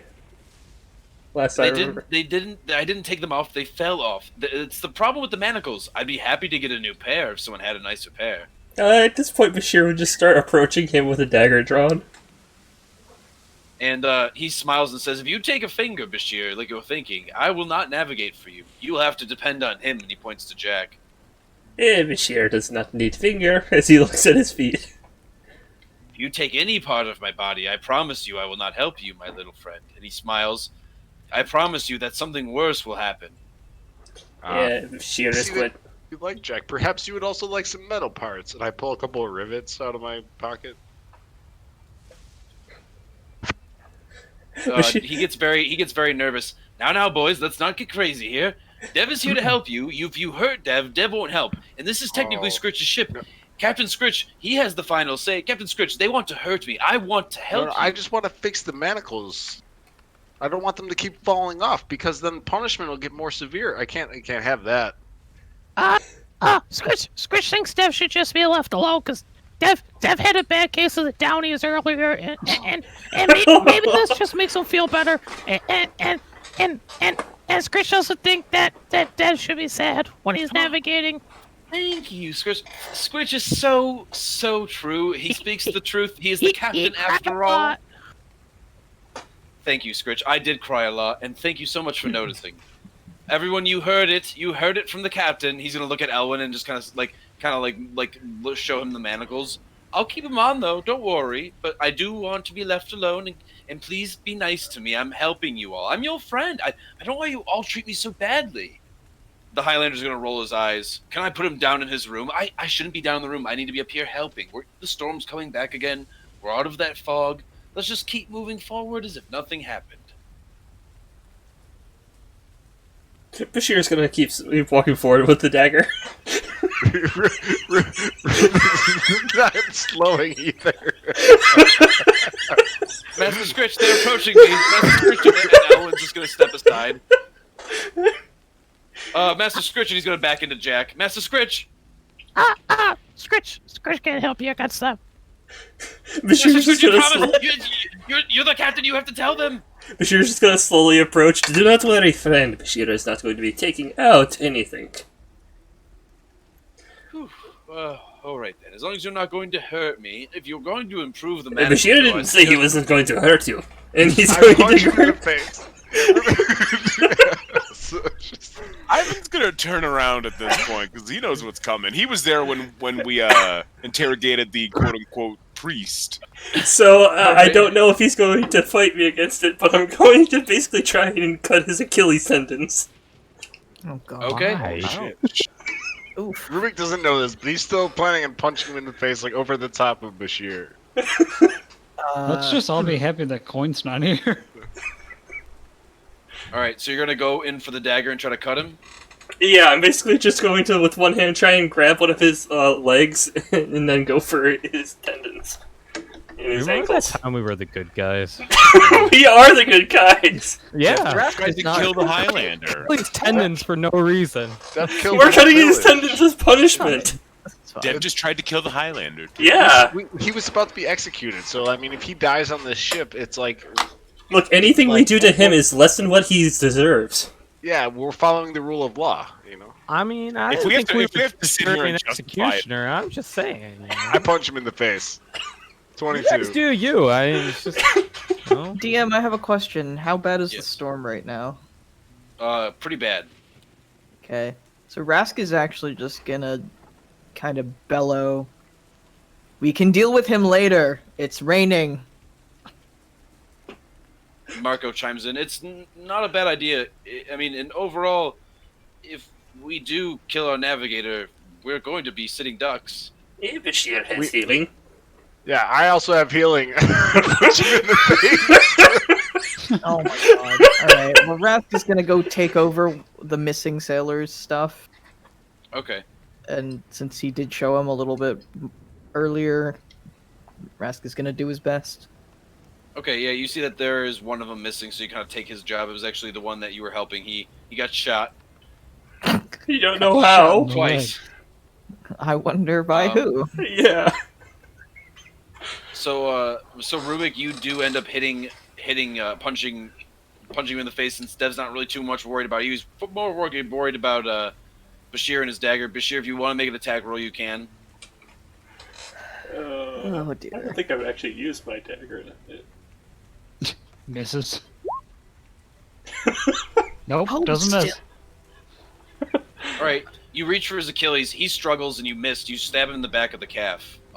He's bleeding, but he's not. It's not as bad, and it's not his Achilles, unfortunately, that you want. He just kind of smiles at you, and he says, "If you're going to try to kill me or do something, then you might as well do it right. But if you're just going to piss me off," and he's going to try to disarm you. Punch him in the face again. So you get to roll in athletics or in acrobatics. What? How is it the same? Wow, that's so weird. I'll punch him in the face again. Oh, that's because I have proficiency. You have to in beat a 21.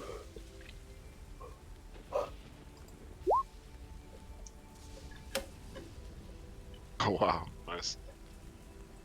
12. Okay. So you try to get your dagger back or hang on to it, but he's going to spin his leg around and actually toss it over down below on the deck here. Cheryl just sort of like, He's still prone? what was that? Sorry, is Dev still prone? He is on the ground now. Yep. Does that affect... Oh no, he's not on the ground. He's standing. Oh, he's standing. Okay, never Yes. Oh, I thought it was on the ground. I thought No, he was backing up. He was standing that time. I mean, he was at the helm the entire time until Elwyn stepped aside. Okay. Yeah, Bashir will just sort of like, whatever, and he'll pull out a hand axe. And Dev welcomes it. He says, "Come on now, if you're going to do something, do it right, you half little dragon bastard." And he's going to spit as he's ready to take you on. I'll disarm everything you've got at me. Bashir will just look up to... He's actually gonna use a second action and try to disarm you as you pull your hand decks out as well. So you can roll another athletics or acrobatics. Bashir's just going to look up at Rubik before he does this. Little help friend. Rubik can just nod, and I'll hold my punch until I see what's about to happen. Can Skritch cast Emboldening Bond on Dev? Yeah, if you want to. Yeah. Dirty 20. Okay, he kicks the hand axe that you have, but it just hits the railing and you hang on to it before it flies out of your hand. Skritch, it's now Skritch's turn. That was an attack action. That's my bad. Let me do athletics. Oh yeah. Yeah, that's 11 actually. Yeah, he actually disarms the hand axe and it flies over here, right next to Skritch actually. And he's just gonna keep his stance, and he says, "Come on, keep pulling weapons out. I'll disarm them all day." Bashir's just gonna sigh and look up at Rubik. Perhaps if you were not conscious, this would be easier. And Skritch, if you want to cast your spell. Yes, Skritch is gonna do Emboldening Bond on Dev. Yeah, I'm gonna take an action after Skritch is done. Okay. Yeah, that's it. Oh no. Okay. Rask is gonna let this go on for a little bit longer before he. Rubik's finished. Rubik's gonna walk up to Dev and he's gonna. I rage, bonus action rage, and then I attempt to grapple him. Okay. Let's. Contested. 27. Dev gets to add a D4 to Oh, he'll attack need rolls, it. ability checks, or saving throws it makes. Okay, yeah, he'll need it. Because he doesn't get it. Unfortunately, he got a 15. So I grapple him. Alright, you grapple him to the ground, and he says, Well, if you hurt me, I swear I won't help you! No, I wasn't gonna make him. I'm just gonna take him with me. Oh, okay, you want to pick him up? Yeah, I'm just grabbing him by like the scruff of his neck, and I'm just dragging him behind me, and I'm just taking him back to jail cell. So I Okay. got 20 full feet of movement dragging him.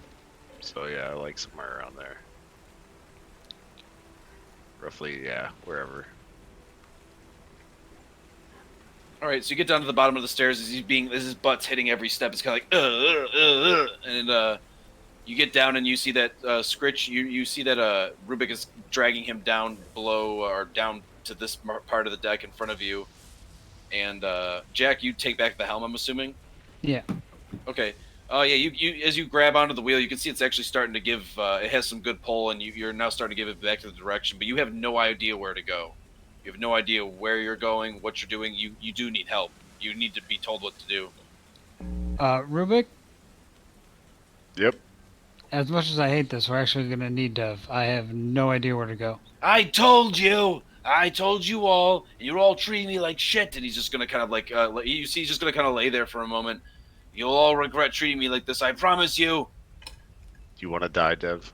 It'd be better than being treated as this. Are you threatening my friends? I attempt to break his arm. Okay.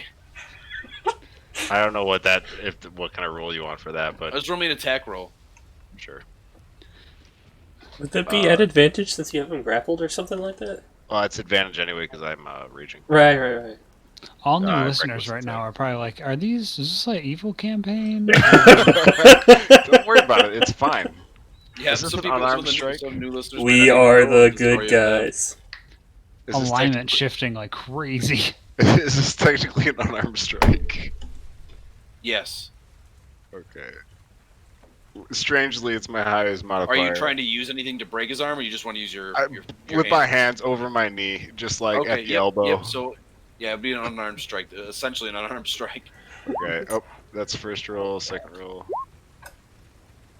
31. Oh my god. Okay.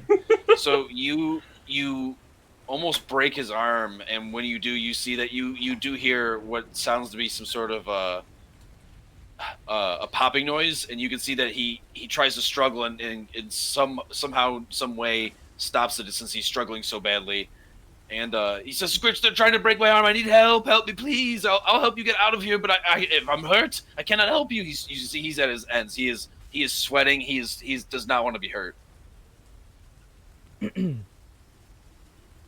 Captain Skritch, what say you? If your shipmate here would like to help us, I won't tear his arm off. I promise I will be good. I won't do anything bad anymore. I am your friend, 100% through and through. He Skritch, smiles. if he continues to lie, I'll tear his arm off. Captain Skritch, what say you? Well, if you tear his arm off, he's not gonna help us anyway, so What just if I leave him swear an alone. allegiance to you and I work for you? How about that? That way I'm your employee. Bashir thinks that he would not be good representing the Bone Collectors. No, I wouldn't work for the Bone Collectors. I would work for Skritch. Skritch has his own ship. He's his own captain. He doesn't always need to share everything with the Bone Collectors. I look at Skritch. Yeah, that's fine. And if you lie to us, Rubik will kill you. Perfect. Now I'm a part of the crew. Take off these manacles, please. as he looks over at the Highlander, and the Highlander is just stunned. Bashir's just going to shake his head no at the Highlander as he goes about picking up his weapons that were kicked away. Skritch is going to tell him to take them off. As you wish, Captain Skritch. The Highlander's going to bow to you as you say that one more time, and he slowly walks down and past Rubik, and he's going to lean down and take them off, and take off his feet, the ones around his feet as well. I will put these down back in the cell, and he's going to bow to you and just kind of in shock slowly walk away, and he disappears down below deck, as he just seems kind of stunned and ashamed that Dev has gotten this much treatment now, and he's free in a sense of things. Marco says, it might not be a bad idea. Dev can prove himself. Maybe he's been stricken with fear from Rubik and Bashir. They might have taught him a lesson, and now he realizes that we mean business. And we do mean business, Dev. You better not trick anything or try to do anything what you just did, and if you do, they will hurt you more than what they just tried now. I guarantee it. Right, Master Rubik? Bashir? Correct? Bashir's just gonna lick his lips. Dev is going to stand up and kind of yank his arm away from you, Rubik.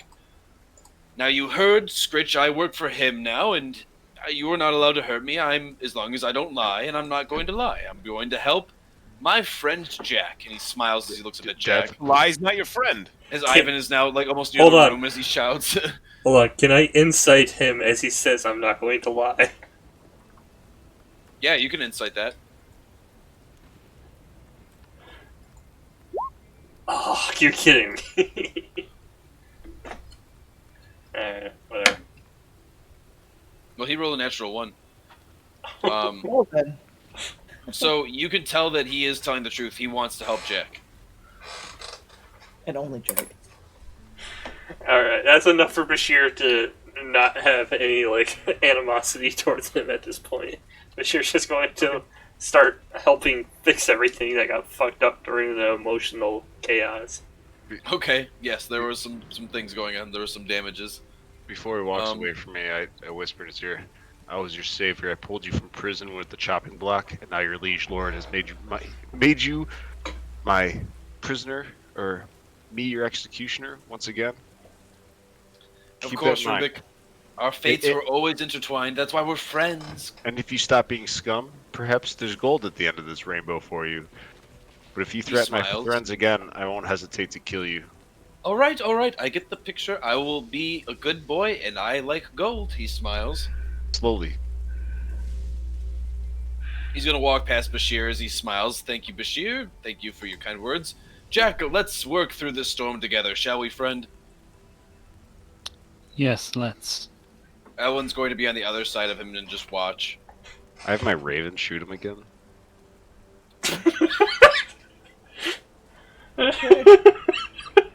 Yeah. So you guys see that everything kind of goes back to normal in the sense of things. Rask, what would you like to do? Rask is trying to fill in for the missing sailor. Oh, so you're okay. Just roll me a strength check if you could, please. And Rubik, what'd you get? Does 11 hit? 11 does not hit. Oh no, 11 does hit. Okay, so DC 12, or he's charmed, and he takes 2 damage. 14. A natural 20 for the DC. That son of a bitch. Fuck that guy. And Rask, you are a little tired, but you kind of are a little doubtful of certain knots you're doing, and it's a little slower since he's not around, but you're still getting things done and tying pretty successful knots for the most part. Rask is okay with this. So yeah, you're pretty much okay with it in the sense of things. You're like, at least this is getting done. Yep. So Ivan, you're going back to your quarters to work, or in the main lounge room to work on your alchemy stuff as well. Okay. So you head back there. Jack's leading the helm. Skritch, what would you like to do now that everything seems to be going and settling back to normal? Skritch is gonna go up to Bashir. Okay. Skritch needs the keys back. The keys? Bashir. For the ship. I'm pretty sure Bashir already gave you the keys, didn't he? All of the keys? No, not all of them. all Bashir has a separate ring. Yeah, but does Skritch know that? Exactly. Would Skritch know that? No, No. you were not told. You were not told about that. All right, then never mind. Skritch is gonna go in his quarters, go to bed. Yeah, I don't think you Okay. found a door you can't open yet, just yet. He's got like everything except what the storage locker and something else. The main storage locker locker, and I think. I Yeah, think. only you and Bashir have the brig. Yeah, Right. yeah, no, like the break where we had Dev Okay, locked yes. up in the main storage locker, where we have all the ammunition and the firing pins for the mangonels. All right, so Skritch, you're gonna head to bed. As the storm is just everything kind of exhausted you, and the storm is just you don't want to be in the rain. You just want to go back to bed and kind of reflect on everything and talk to Skirt, get a little closer with him. We will actually end there for tonight. You guys are sailing through the storm, and we will pick back up next week with more adventures with the Round Stump Gaming Group, the Adventures of the Bone Collectors. Dungeons and Dragons. Thank you everybody for joining me and the Round Stump Gaming Group. I am your host and DM Wolfgang. Thank you again. We greatly appreciate all the listeners. One thing I would like to just to promote, besides the awesome streamers we have here, Kuuretsu and Carnes, I'll let you guys take the floor in a little bit. Just please stick around and vote on Retsu's stream. We vote for your top favorite 2 players. They could have made you laugh. They could have made you cry. However long you're around to listen to them for as well. They will get gifts and extra golden booty and such for the most votes, and that'll be for the top 2 players. So make sure you turn your votes in. It really goes a long way for them, and it shows your support. So they really could use the help, especially now that they're out in the open sea. They're gonna need all the help they can get. So thank you again, everybody, for listening. That's Round Stump Gaming again. We're here bringing the games. If you ever want a D&D, just let us know. And thank you again for listening. And everybody have a good night, and please turn your votes in. Thank you again. Yeah. So I know that everyone really actually just wants to vote for Wolfgang here. Why did that? Is it because of the siren? Was she beautiful? The siren just won over everyone. I No. figured she was all about being loved. I think everyone really enjoyed your DMing today. I mean, more so than usual. You always do a really good job. Oh, well, thank you, everybody. yes, I appreciate agreed. that. It's honestly the inspiration my group gives me. So it's like I said, vote for them. They deserve the votes. One of these days, we're gonna have to stage an uprising. A coup.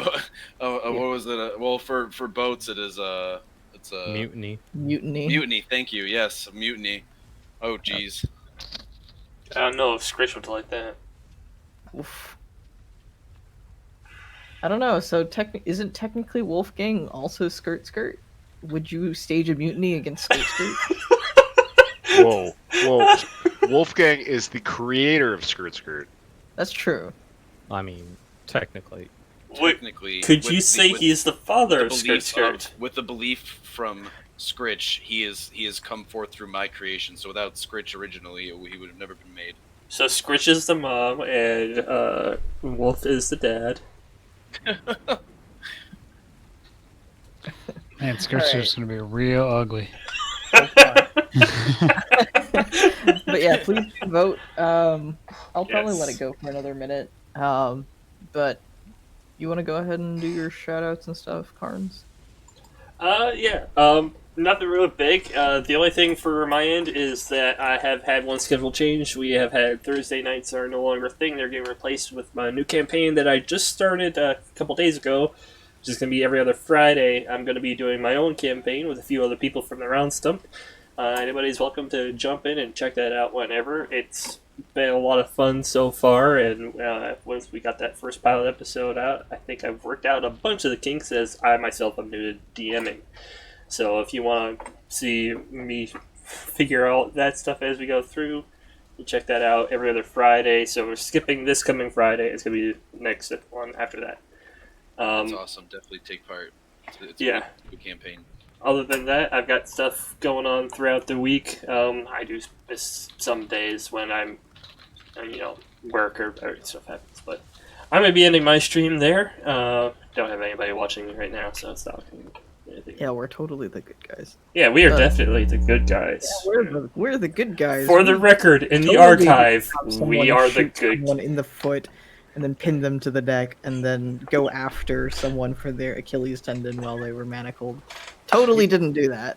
No, Do yeah. off the manacles first. Bashir is the most innocent of all people. Okay, I'm gonna end there, Yeah, guys. all right.